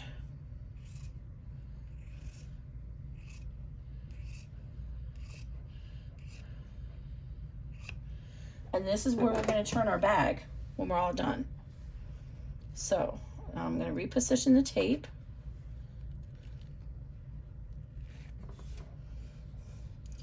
And it's going to go ahead and sew the sides of the pocket closed. And we're going to get a little bit of a cutting line to help us trim this pocket so it does not interfere in our final bag. So that's going to be our next step. So first we're going to go ahead and run our seam line for this. And to do that, we need to make sure that our exterior stays out of the way as well. So we want to hold this out of the way because I cannot tape it. You're going to tape it out of the way, or if you're using cotton, you can use a pin.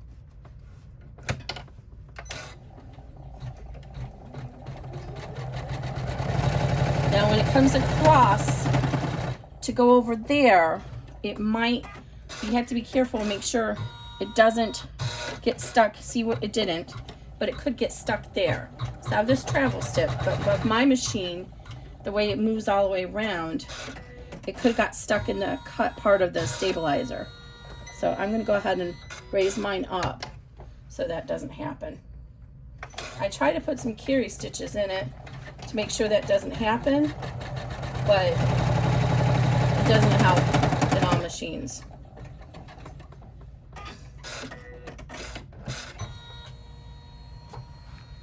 Okay, so now we're going to go ahead and turn this over, and then we're going to do a basting step all the way around. But before we do that, we want to go ahead and remove all the tape, and we just drew these little lines right here. We're going to cut this lining out. We're going to seam allowance it here and cut it straight off to the edge. And by doing this, it's going to allow that lining to be loosey-goosey in our main bag, so that when we turn the bag, it's much easier to turn the bag right side out through this. So that's why we did that. You'll see in a minute. All right, and we're almost ready for hoop 3, the final hooping. Are you guys still with me? I hope you're still with me. So use your applique scissors and come in at an angle, and just come in just at an angle here, like I just did here, and then trim off about a 1/2 inch. You want to make sure you're clear the this line here. So, and I'm going to cut a little bit more, so 1/4 inch. I said 1/2 inch, 1/2 inch down here, but 1/4 inch on the sides.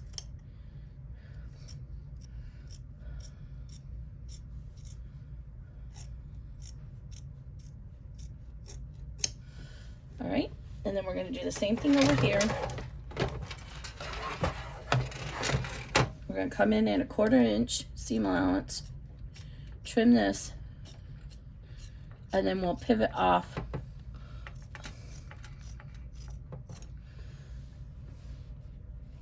Okay, so now we have this space all open so that when we go to turn our bag, we're going to turn it inside this pocket, and then you'll easily be able to close that pocket afterwards. So for right now, we're going to go ahead and run a basting stitch all the way around so you have an idea where you can trim this bag. And we're going to keep an eye at those little corners there so that it doesn't flip up on us right here.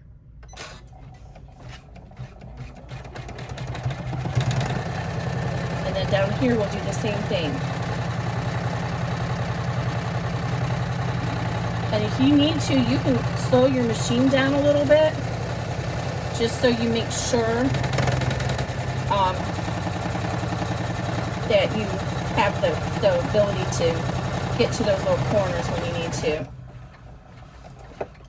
Ooh. All right, we're almost ready, guys. This is it. All right, now look how nice that is. So very important, we want our pocket to be open. So here's our pocket, and you'll see it's open on the bottom. I can put my fingers in here. But we don't want our zipper pull to be able to stick into it. So just keep that in mind as you do this. So make sure in the back it looks okay before we unhoop it. Then we're gonna do our final hooping. And this is where I'm gonna do the basting of the extra panel in. So go ahead and remove all the tape. There's not a lot of steps in the final one. Okay, so let's go ahead and load that file. Oops.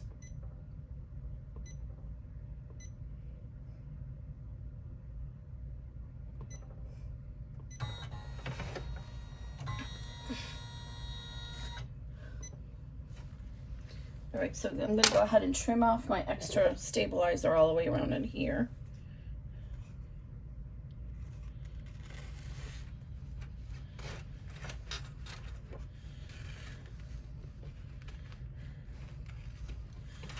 And you can wait and trim this bag when we're all done.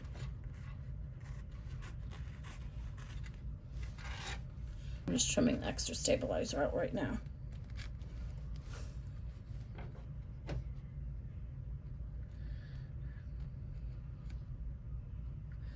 Maybe, because we want to reduce the bulk in our bag from the final seams. So it's just trying to be difficult to me today. So I'm trying to get as much of this poly mesh out as I can. And if you still have your zipper tape at the bottom because you didn't cut it short like I did, you followed the instructions, then go ahead and don't cut that all the way even with your seam allowance. Leave about a 1/4 inch extra. All right.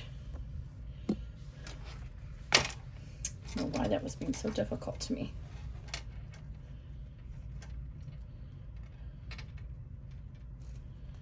Oh, it's got to be, what time is it? Oh my goodness, it's 6:10. Surprised my son's not screaming for lunch.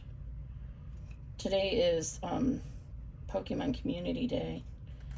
And I don't know how often they had it. I didn't think they had it very often, but so we went over to the park so he could do all his little Pokemon Go. He had fun. Don't ask me what it all means. I know a little bit. I really do. But he keeps trying to get me to sign up and get my own account now that he has his own phone. He doesn't have to use mine, so we can play together. I'll do it one of these days. Okay, so for right now, it's looking beautiful so far. All right, so we're gonna set that aside. And then we're gonna go ahead and hoop our, wait. Yes, I'm really gonna, we're gonna go ahead and hoop this. And then I'm going to cut out, the top. I'm gonna get my, I haven't done this before, what I'm about to do. I haven't patched it in before with the poly mesh, so it's going to be a new thing for both of us, but I'm hoping I can do it. So what I'm going to do is I'm going to run through my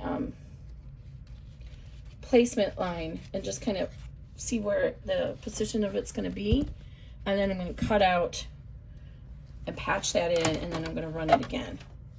Does that make sense? Just in the area that I patched it. So this is because I don't want this stabilizer at the top of the bag. So I'd rather have the water soluble that I can get a nicer finish. And if you cut it close enough, you should be fine, but if you have water stabilizer to use, then why not use it?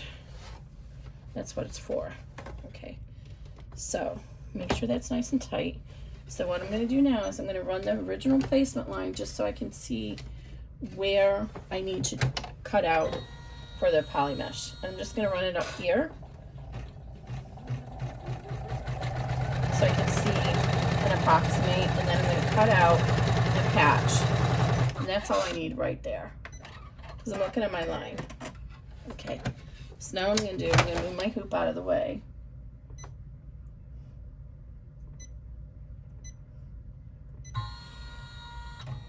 All right, I'm gonna get this stuff. All right, and right there, I just need to cut out this little window, and then I'm gonna go ahead and patch in with the no-show. So I'm just gonna cut out a little window here.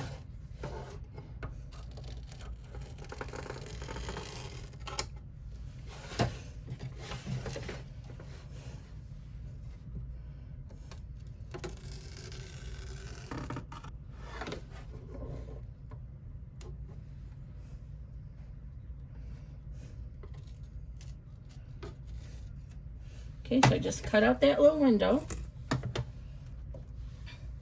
And now, oh, I don't need this. I already have my scraps from earlier. We're gonna use our scraps from earlier that now I have confused with my, is it this one? Yes, this is it, I think.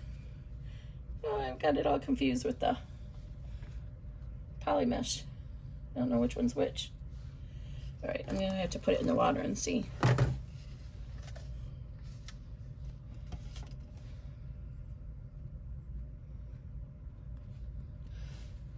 Okay, you'll do a better job of watching where you put those scraps than I did. Oh, that's poly mesh.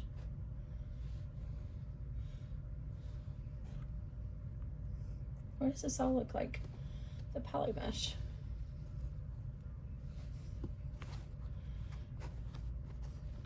Oh, here it is. Okay, I found it. If not, just cut some off new. All right. So let's see if these scraps are actually big enough. See, this is not like a grid. It's like got that texture to it. So is this one big enough to cover that hole? Not enough. All right, so I'm just gonna go ahead and cut this one in, and I'm gonna tape it down on the edges. And then when I go to, so all the seam is going to be right up here for the bag. There's no zipper at the top of this one. It's an open bag.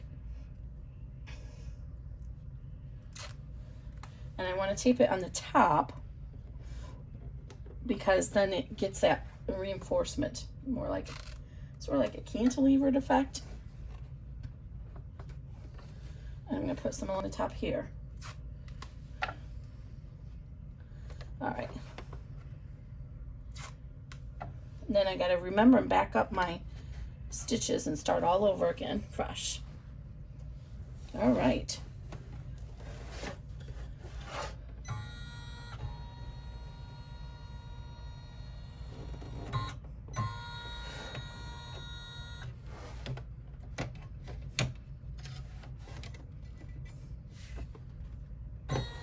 And when it comes around on this side, I'm going to use my little bamboo skewer to hold that down, because I don't want the presser foot to kick that up.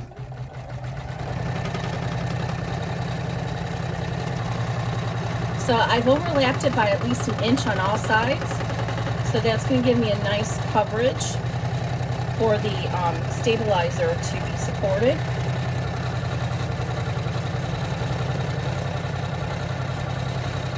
There we go. So this is our general bag outline. Now it's going to run the placement stitch for our top panel.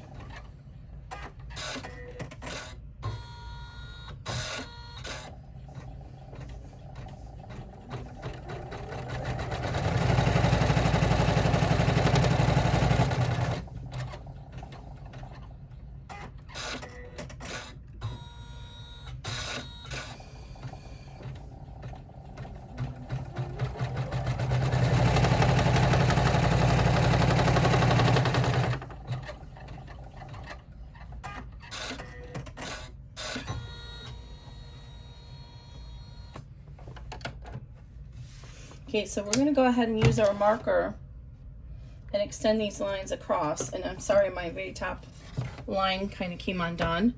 But this is our top placement line right here. This is our bottom placement line. And this is our pocket placement line. So you see there's going to be a very small amount of space in between there. So if you extend those lines out, then it'll help you to be able to see when we're laying this bag down.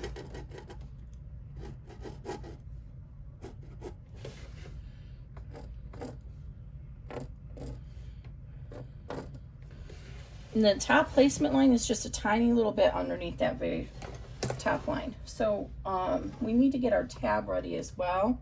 So I'm going to go ahead and use my pinking shears and trim all the way around. Remember, we have this line, this cutting line. And these are the rounded over pinking shears. They're really fun. They make a little bit nicer shape. So I'm just cutting all the way around. I do not want to cut into my bean stitch, so I'm staying about 1/8 of an inch away from the bean stitch. And ideally, I should have trimmed out that poly mesh first. I'm going to end up seeing it inside my seams probably. That's okay. All right, so that's going to be ready for us to go now. And since I'm using the magnetic snaps, I can wait and add that on to the very end, just so I can make sure everything is nice and even. All right, so what's next? So we ran the placement line. And now what does it say? On the back of the hoop, we want to lay one of our lining panels right side down so that the short edge is aligned with the middle placement line from step 1. That's the bottom placement line. And okay, so again, we're going to line it up with this placement line. So get one of your middle panels or your lining panels, and it's going to go over the top of the hoop.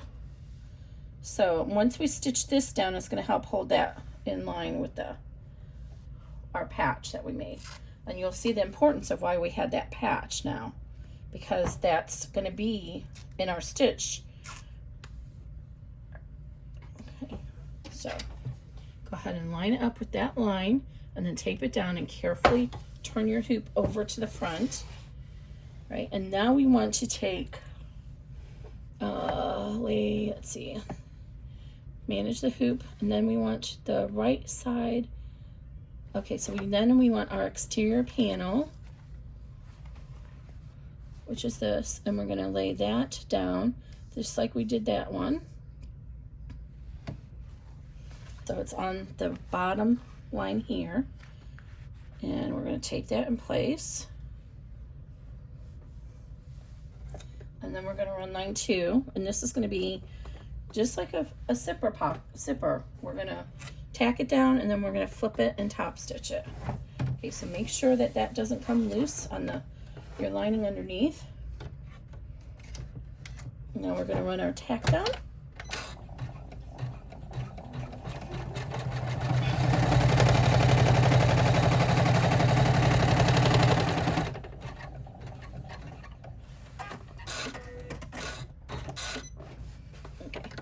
Now we're going to fold our lining down on the back, finger crease it,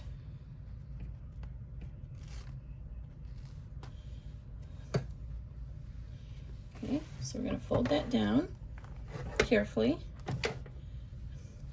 and finger crease it and tape it down. And you want to go real gingerly because we have this patched in, right? So we don't want to do that. And I can see this, my little patch is getting loose up here. So I'm going to grab another piece of tape. The other thing we could have done was just unhooped it and hooped that patch in with the hooping, and that would have made it a little bit more secure.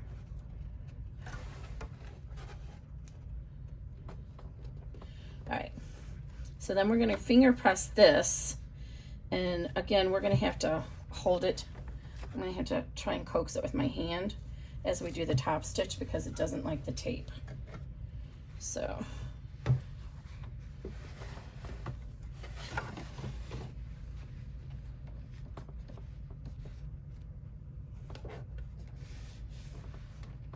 it's not going to work. It just does not like that tape. Okay, so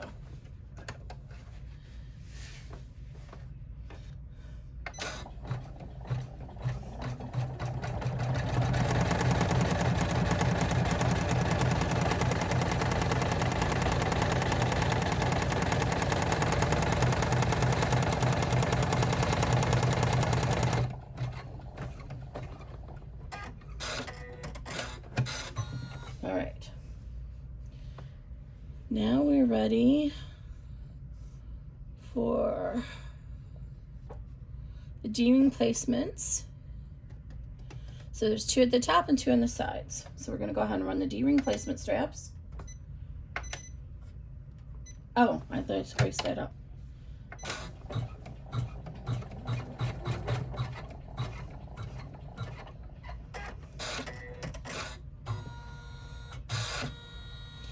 And I'm actually going to put my D-rings on the side of the bag, because when I find with the tab at the top, it makes a lot of thickness to get through.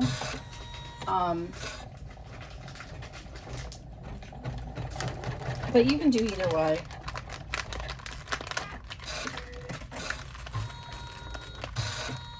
It's your bag.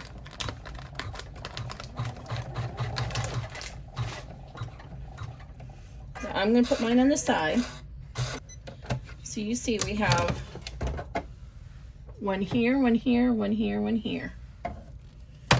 And what I've done for my D-ring strap connectors is my machine can't get through all these layers, so I use 1.5 inch by 3 inch cotton, and I put a scrap of woven fuse 2 and Decoville in the center just to support it, and I folded the long edges into the center, and then I pressed it with the iron. And you're going to fold this in half so the metal is on the inside, and then we're going to tape it in place. Now it's important that we want to make sure we have it taped with the same, about the same amount of seam allowance on both sides. The side ones are a little bit harder to do that. And you need to make sure that you have enough clearance on the presser foot to not hit your D-ring when it comes around here and stitches this in place. Oh, this is going to be a doozy. I can't get it to tape to this. We might have to do one at a time. It's going to probably come up. Okay, we're going to be really fast and really careful. I want it on the sides. Oh my Lanta, how did I not realize this tape would not stick to this here? Oh, it's coming up, it's coming up. Okay. It's like adhering to the top because it's on the stabilizer, but it's not adhering to there. So I'm probably gonna have to like use my bamboo skewer to hold it in place. We'll get this one on real quick and then we'll go over and work on that one. Okay. Where's my bamboo skewer? All right.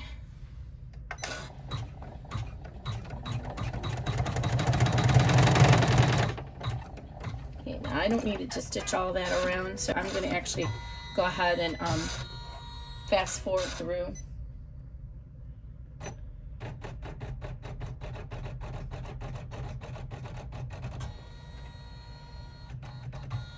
Okay, we're still doing good. Okay, now we're gonna go ahead and stick this down, and hopefully, I'm gonna take this off because it knows, make sure it's even with over here.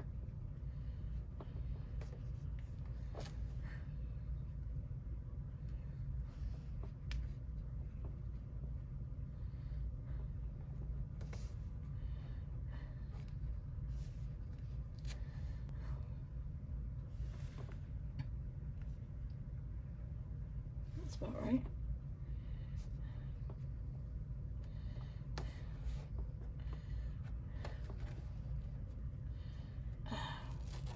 See if I can lift this off like this. All right. Just need to hold it in place long enough to get that snap tapped down. Okay. And my machine likes to go crazy all over the place, so I'm going to pull this up as soon as I hear the thread cutter finish with it, so it doesn't hit that D-ring. Okay, now we're going to go ahead and run the placement for the tab, I believe. Let me double check the instructions. Yes, the close your tab placement. So we're going to run that now.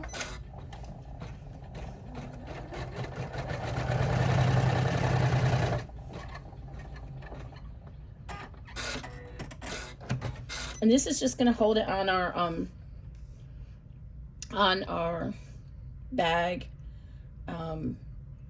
temporarily, the final seam will actually be what is the correct, oh, we're running low on battery. Good thing we're almost in. The final seam will actually hold it in all the way. So we have our little tick mark right here. That's to help us with the centering of this. And I'm going to go ahead and move this tape up here because I should tape that down better.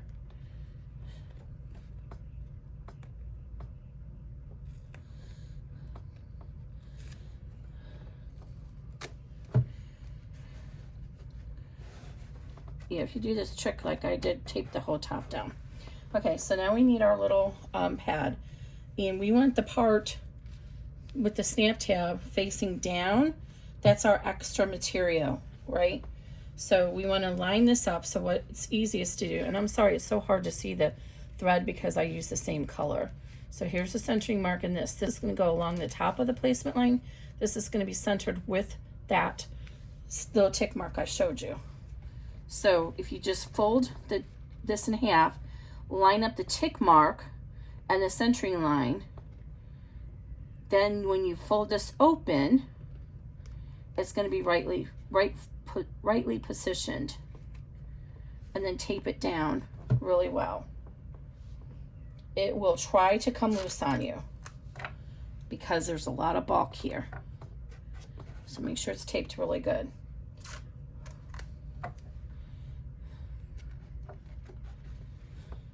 And here's our pocket line right there. So you'll see when we put this down that it's going to be able to snap in right here with a little bit of clearance room for the seam.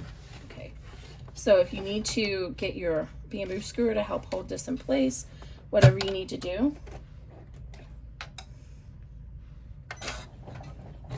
So this is a lot of thickness here. So I'm actually probably gonna, I think we might be okay. I'm not hearing any sign of distress from my needle, but I think we're gonna move over to the 114 needle just so we don't have to worry about it. Okay, so that's just done. So now we're ready to go ahead and get our pocket. Let's see, so now we're going to do pocket D, tack down and basting alignment stitch. On the back of the hoop, lay the second piece of lining, right side facing down, so at the short edge. Okay. So the back of the hoop, we want to go ahead and lay our second piece of lining, so it's right side together with the right side facing down, so it's lined up with that top line, which in this case is going to be the same.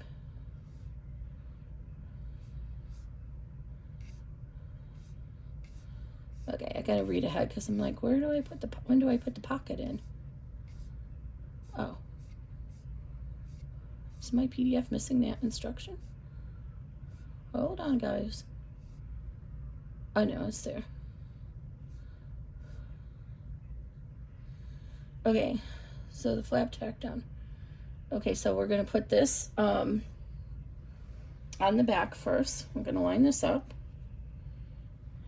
Make sure you have enough clearance. And tape this down. So it's, remember that original placement line we did in the step 1. And then we're gonna tape it to our stabilizer. Then on the front of the hoop, it's time to add our pocket, and then that's going to get basted down. And this is when we're probably going to want to do the heavier needle. And remember, we're not turning back through here. This is going to be all closed off. Okay, so now I'm going to remove the tape.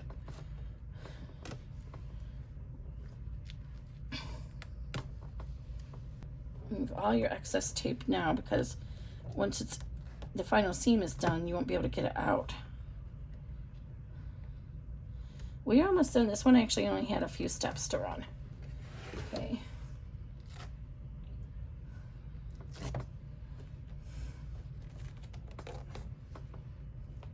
Always trim these little jump threads as you go along, because you will forget to do one and it will get stuck in your seam and it'll drive you crazy because you won't be able to get it out.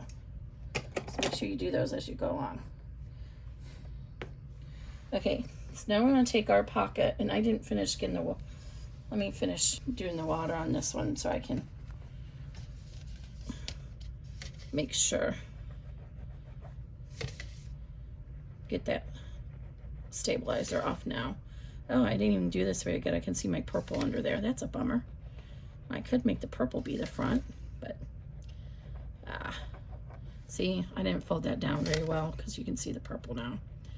But that's okay. We're going to pretend we don't see it. All right. See, look how good that does. Oh, that stabilizer is gone. And we don't see it in our seam up there.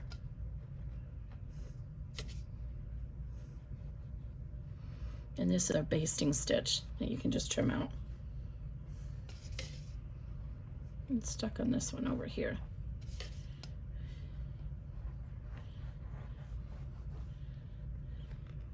Right. So that was our original placement line basting stitch. So just trim those off with your scissors. And even in cotton, you can use this, the lighter, to get any of those little extra threads. Like right there's one from a bobbin thread. You see that right there? And you just hold that up and just go. It'll burn it right off. Just be fast. And do. I can trim it now. I wasn't wanting to be in a place. But even with cotton, you can do that real fast. You just go whoop, whoop, whoop, and it'll melt it off. Okay, so now we're ready to position our pocket. And so I have my little placement here, so I want to make sure that this is evenly dispersed between my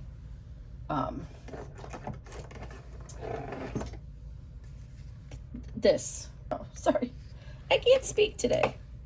My tab. So there's not an easy way to put a placement line for this. So my tab is based on the thread. It's 1, 2 1/4. So 1 1/8. Up here out of the way, I'm going to put a little mark. And then I can use that pin. Yes, my tab is in the way, I know that. So I want my alignment right here and right here to make sure that's straight. And then my pin, where it's marking my center, should follow right along there. Do you see that? So the right and the left hand side are at those orange marks I extended earlier, and the pin is right over the center.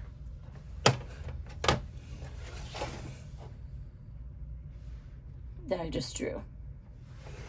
Now I know it's evenly dispersed among there. Take the time to make sure it looks good on both sides, and then tape that guy down like tomorrow. Tape it down like you own stock in 3M. Because we don't want it to come loose after we got all that time to make sure it's centered. Now it looks like the flap is really long right now, but remember that when the bag is turned, some of that's going to be folded into the seam allowance at the top. So the tab should end up being just about enough. Okay, so now we're going to go ahead and run, okay, grab the tab, we did that. We laid the pocket down, we got the lining on the back.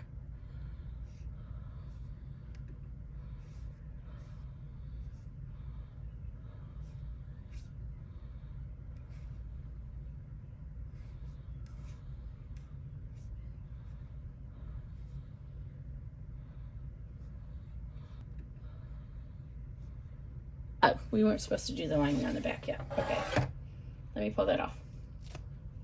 Helps to read the instructions. Okay, so I'm gonna go ahead, and there was a lot of bulk right here, and the zipper, we're gonna stitch all this around, and sometimes when there's all this bulk here and you don't have a lot of space in between your zipper, it can get stuck on things. So if you take a piece of scrap tearaway and lay it over, and we're going to reuse this, use the same thing on the other side. It'll help keep your presser foot from getting stuck on everything.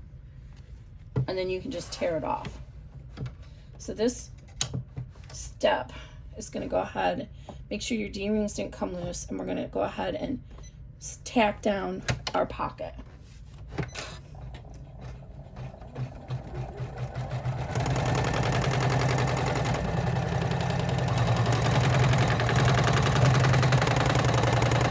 And I probably would have been okay at this step, but I don't see the sense in taking any chances. Just use this extra tearaway just to give you that comfort that it's not going to get stuck on any of the little bumps and so forth that you have. Now we need to put our lining on the back. So I'm carefully going to tear away this tearaway.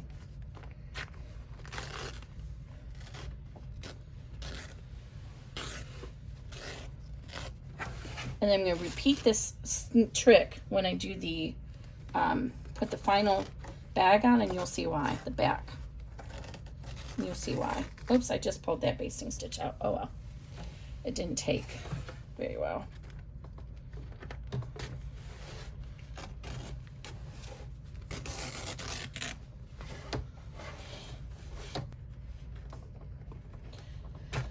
All right.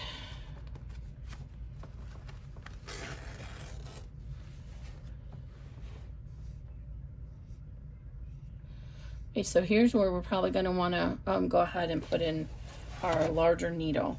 Now for you it might be a 90-14, but for me I'm going to do 100-16 because this vinyl is kind of thick and I don't want to break a needle.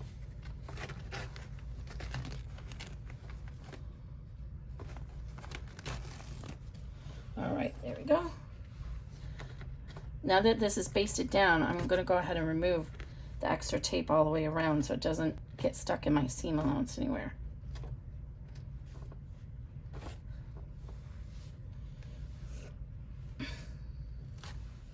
Any extra tape, any threads, whatever you have that might get stuck in your seam allowance, you want to remove it.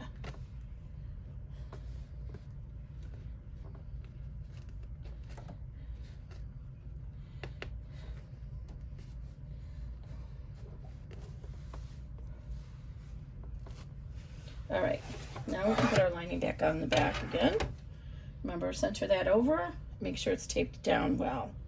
So it's at the top of that placement line from step one. Okay. All right.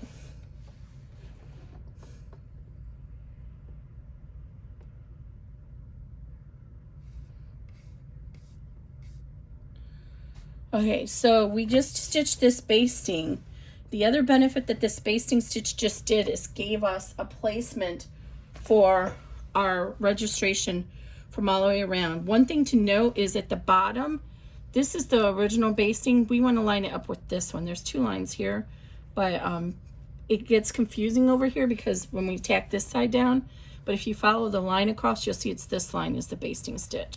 So you want to do this here, here, here on top of this. Make sure your zipper is open. Make sure your pole is out of the way. And so take your little flower pin and you're going to go ahead and find the hole here. So that's the bottom corner. I have my flower pin through there, and I'm going to put that flower pin right through this corner. All right, and just line these up with flower pins. And if you do the bottom two, then it's easier to do the top two. And again, remember we have two lines over here. Follow this line, and it's this one here that you need to do.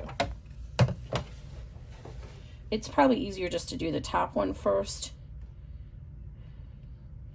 because if it's the top is lined up, then the bottom's gonna be lined up. Okay, so if we did this right, if you push this off this edge of your table and then tape it down, then the top should be lined up too.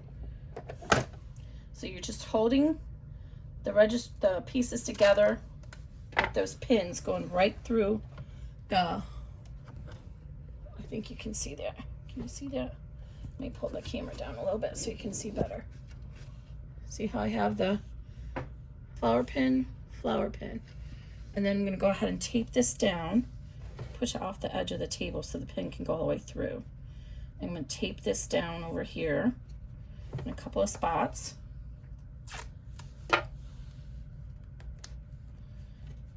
And then the same thing over here.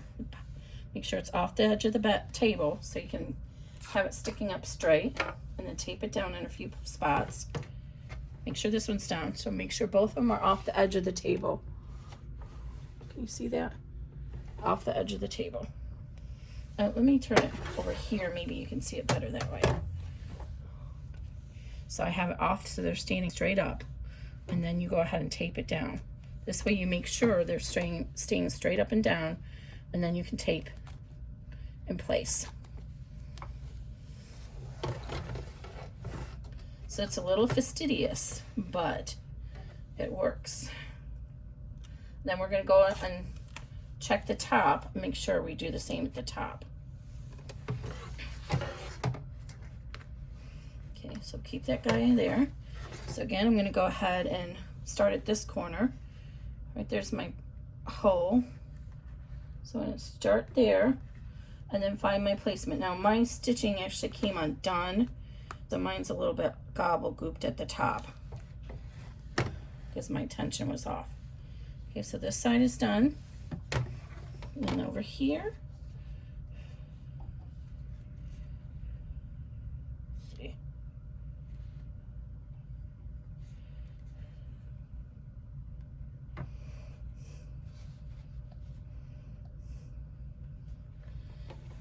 All right.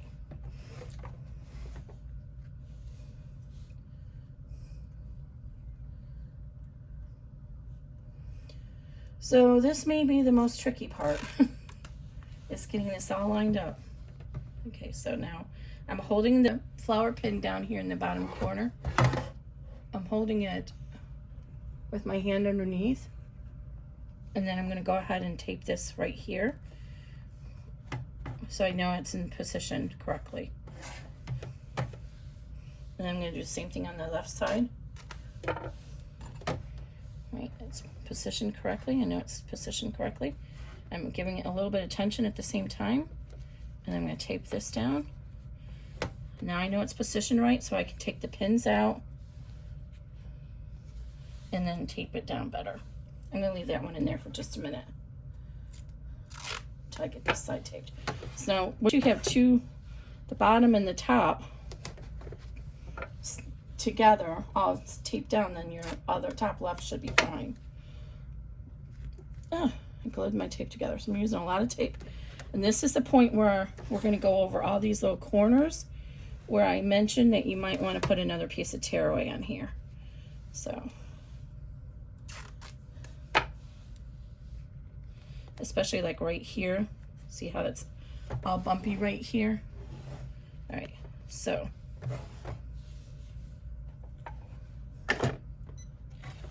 Another tip is, have you threaded. The pocket, we don't want that to get caught in the seam. It shouldn't, but if you didn't trim it enough, it might. Oh, what am I doing? I wanted to put my 100 needle in here. Sorry about that. Let me change this out real quick.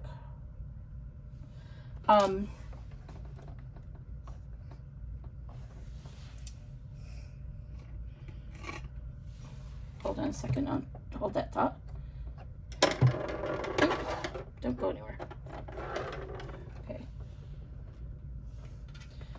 And like I said, if you're using our cloth, a 90-14 is probably fine.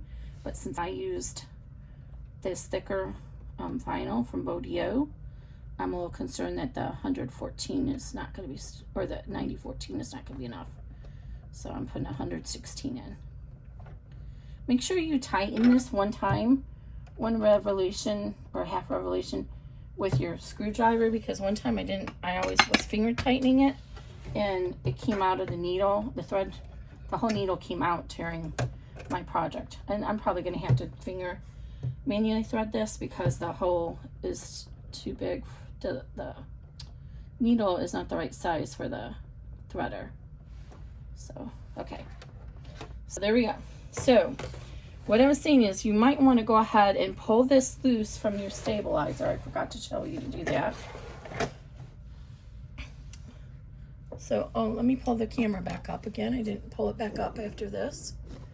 So we're going to cut this loose right here and here so that we can pull our pocket up. So just cut that stabilizer away. And we're going to fold our pocket into the middle just on the chance that you did not cut your seam allowance enough. We don't want this pocket to get stuck in the final seam allowance because this is what we're going to use to turn our bag right side out. So go ahead and cut this away. And you can trim out this extra stabilizer in here. You could have done this before. I just forgot to tell you to do that after the other hooping.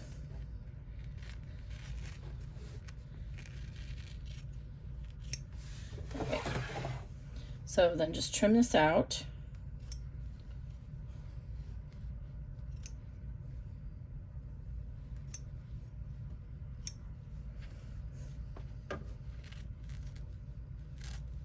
That also reduces our bulk.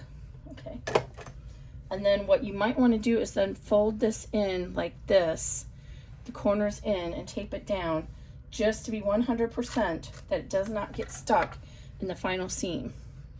And it, like I said, it should not, but just to be 100%. And now because we have all this bulk, we're going to go ahead and put our scrap piece of tearaway.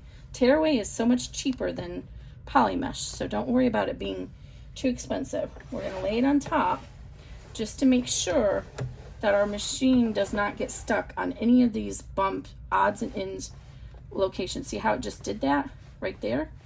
We don't want that to happen. So we're going to go ahead and get another piece of tearaway and we're going to cut it and lay it on top for the final stitches.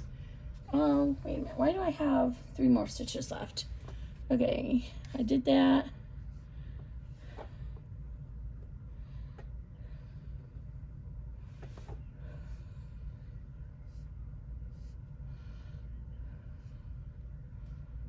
Oh, the tack down, that's why.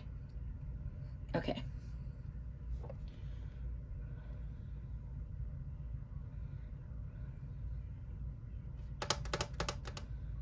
Okay. See, I should have reviewed my own instructions.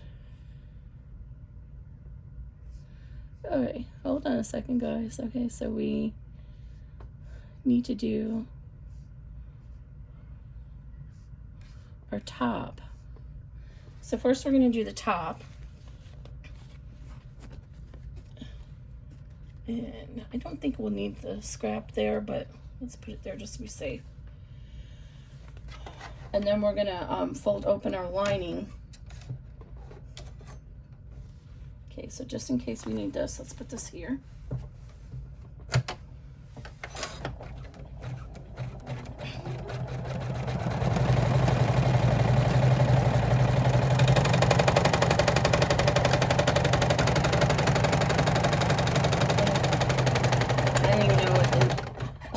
Is it going in? No, it didn't. See, I gotta back up. Even this is so thick. I'm gonna start it again.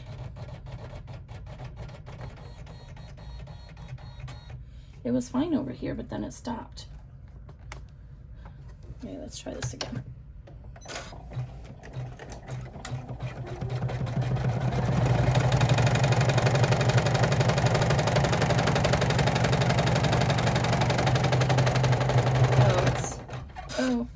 I might have a mistake here because it's the vinyl is sliding on here. All right, let's just keep going and see if we can get done.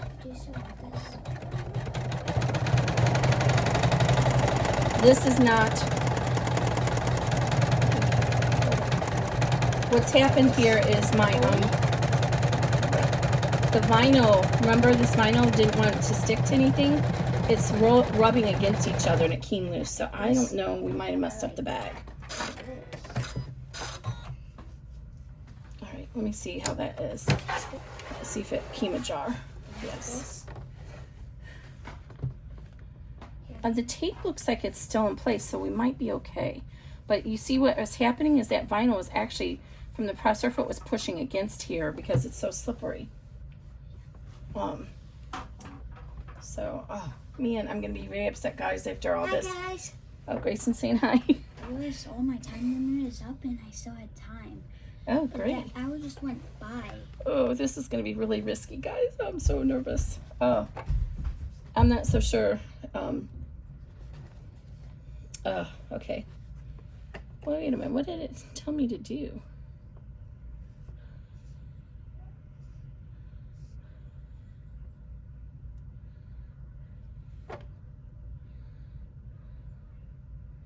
Okay, I'm trying to remember my own pattern here.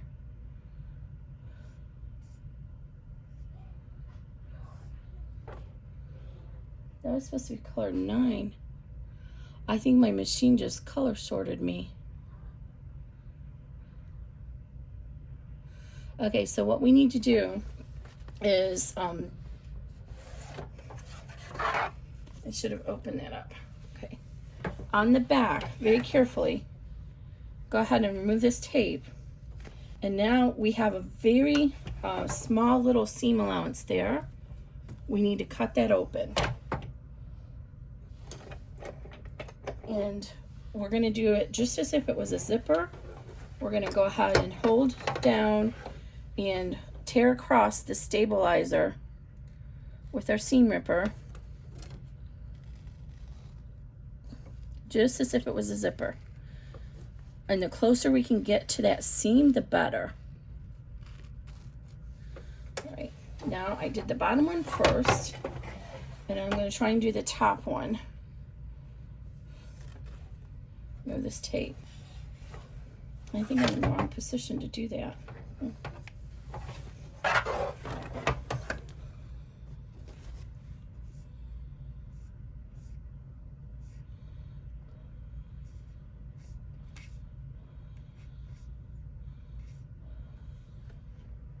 Sorry, I'm reading. Oh my Atlanta, did I even put this on the right direction? I better check before I made sure. I didn't. So my zipper's the wrong way. Oh my Atlanta. Okay, so I totally. Oh no, I'm right. The zipper, I forgot to make sure you guys knew this, but your zipper tab should be up here. I think I'm right. Your zipper tab should be right up here when you position this down, and this should be facing this way. The instructions have it backwards. Okay, I think I'm right. All right, anyway, what was I saying? Okay, so we want to try and get that other piece of lining. Oh, this is a mumbo jumbo. So sorry about that, y'all.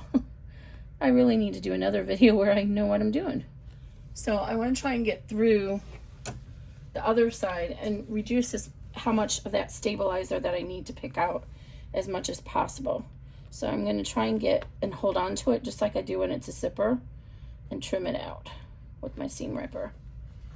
But it's not the end of the world if I can't get it all, because this is the washable stuff. But if you're not using the washable stuff, then you want to try and trim out as much as you can.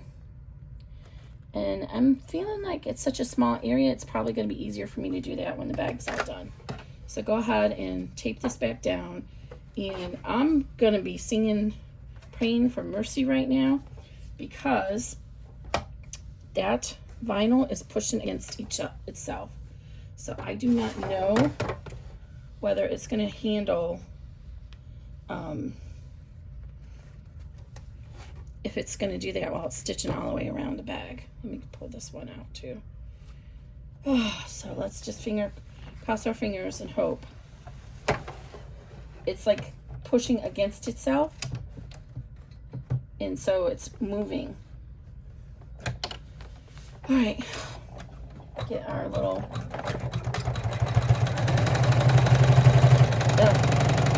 Whoa. Oh, Kimberly. I didn't even have that clipped into the frame. Oh, my goodness. Grayson. Oh, don't do that. Did you see why I didn't even have it clipped in? Okay. Wow, that was scary. That could have ended very dangerously.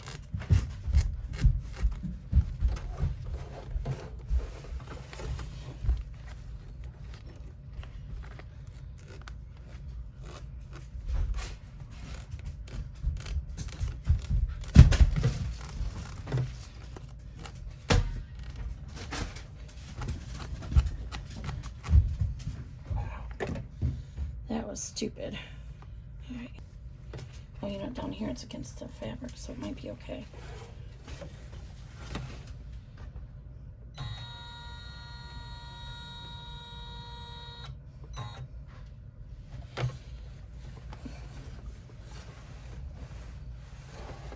Okay, so now we're going to go ahead and run the last step, and I'm hoping mine will be okay because the vinyl has been pushing up against each other, but the cloth is down here. So let's keep our fingers crossed and hope it's okay. I'm going to try and hold it with this bamboo stick and make sure and see, but there's so many layers here.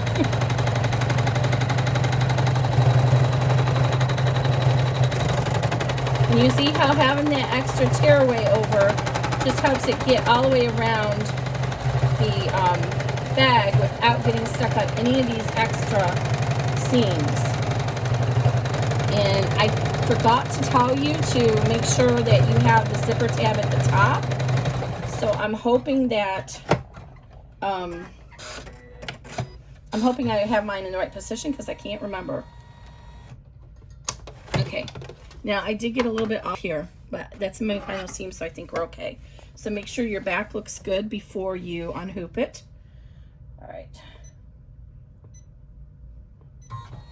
Move my hoop out of the way. Oh, wow, we're almost out of battery. Ooh, good thing we're almost done. Okay, so I'm going to go ahead and tear away all this extra tearaway. Tear away the tearaway. And my pocket did get caught in that little seam a little bit, but oh, phooey. That's okay. We're just going to live with it. I don't want to redo that step. I should trim it a little bit farther up.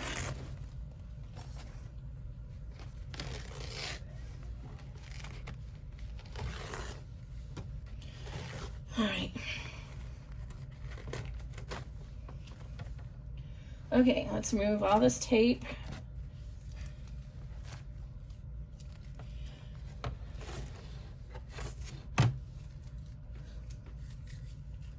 So I should have, it got caught just a tuck right here, so I'm just gonna live with that.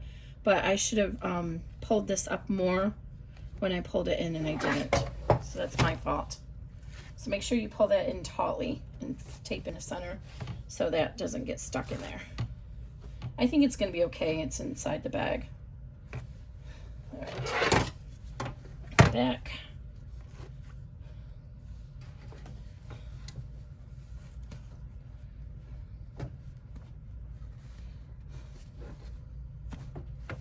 All right.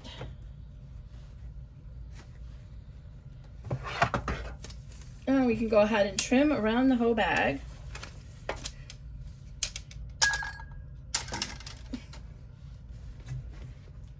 Take off the extra stabilizer. And if you pull this back, you can use this to help trim away on the vinyl side where you can leave it a little bit shorter.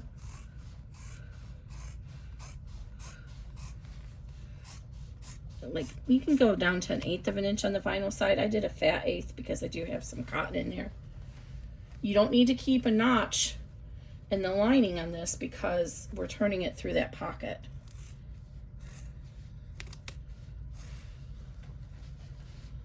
Hey Grayson, can I have a phone please? I don't care which phone, just wanted to show that picture.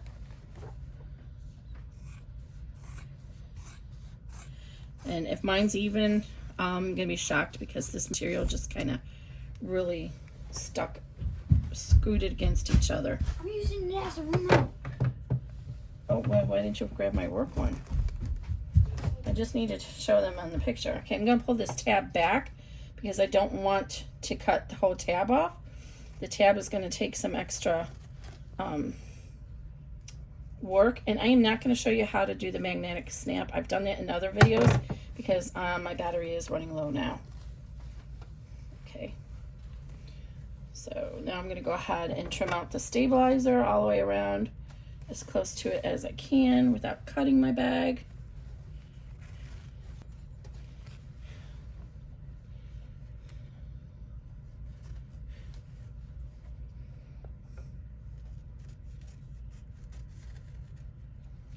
We're just trying to reduce the bulk of our seam when we turn the bag.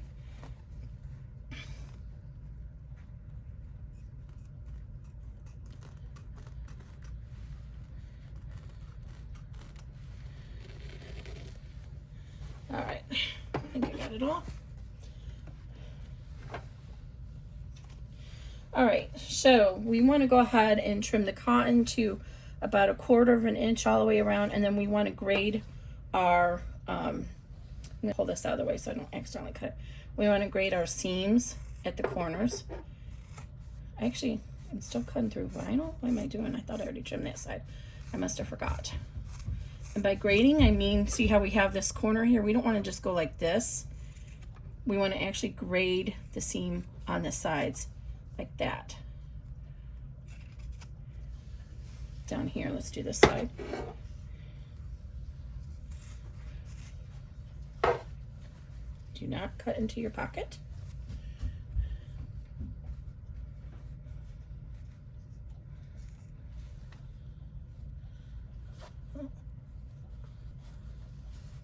Right, well, obviously we need to cut this from this side because I can't see what I'm doing over here. I must cut into the pocket. All right, and so again, grade in it like this.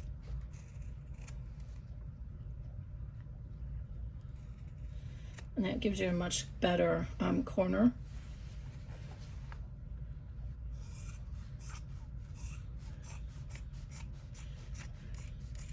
And this side has got a lot of thickness, so if you wanted to, you could actually go inside there and trim away some of that.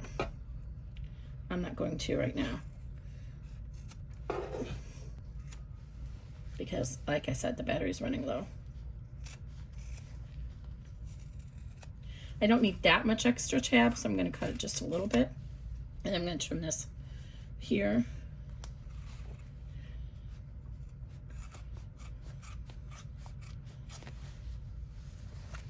And over here. And I just accidentally trimmed my side tabs. I usually like to leave the tabs, the seam allowance of the tabs a little bit longer too. Okay, so now we got our bag here. We're going to turn this bag through this pocket. So reach in and finish opening up the zipper. And we're going to figure out if I got this in the right place or not. So now you can reach in here and turn the whole bag inside out. And it's going to be a little bit more difficult because we have that clear vinyl in there as well, with the clear pocket window.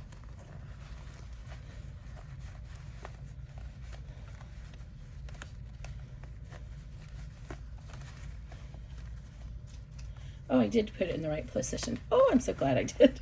Because I totally forgot to tell you guys, but I'm glad I looked before. I could have taken it out at that step, and I looked at my instructions. The instructions do have it backwards, but the video is correct. And I have a note in the instructions that's backwards. But the tab, you need the little tab to be at the top. And in fact, it really doesn't matter. It just means your pocket's in the wrong. The tab is on the bottom, and the zipper will go to the bottom or to the top. It doesn't really matter that much if you put it on backwards or not. Okay, so just keep working it out. Oh, I gotta hurry, the battery's gonna die.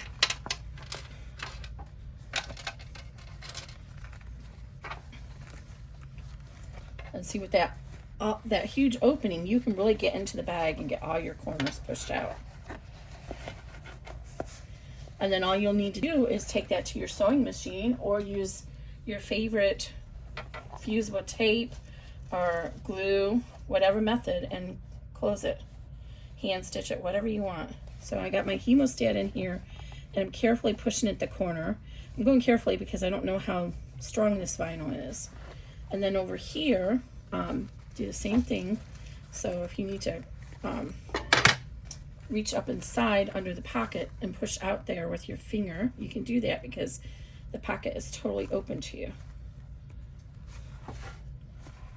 And now, see, now I can get my hemostats inside the pocket, and it's so much easier. So I don't know, it's been what, 3 hours? It feels like 3 hours. I hope this has been helpful for you guys on this bag. I'm just really kind of distraught that I've lost this video so many times. Okay, and then up here at the top, so then we're going to pretend we close this. And again, I got that little pleat in there, but I'm not worried about it because you're not even going to notice it once the bag is closed. You're not even going to be able to tell. So let's zip this up here. So this is the back, and I'm going to clean this up a little bit better, but just for the video I'm showing. So here's my seams, but see how it's open now at the top. And then we're going to go ahead and put our magnetic clip in there. It did get a little bit askew after all that work I did making sure it was even. Wasn't prepared for the vinyl. It did. See, it's a little bit off, but it's okay. I wasn't prepared that this was going to rub against each other, else I would have had some other ideas to prevent that. So be mindful if you use this vinyl. And then when you put your phone in here, so now you can see your phone. Again, it's not going to show your whole entire phone. It will fit the larger phones because you can do that. So when you position your snap, make sure that you have whatever is going to be in this pocket so that it takes the extra. And then we'll just get our cup of water, and we can trim this up a little bit cleaner up here with our scissors carefully.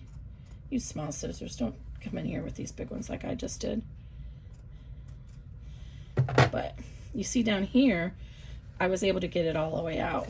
But then just, don't have this on your sewing machine. Just rub it along and it'll come out. Okay?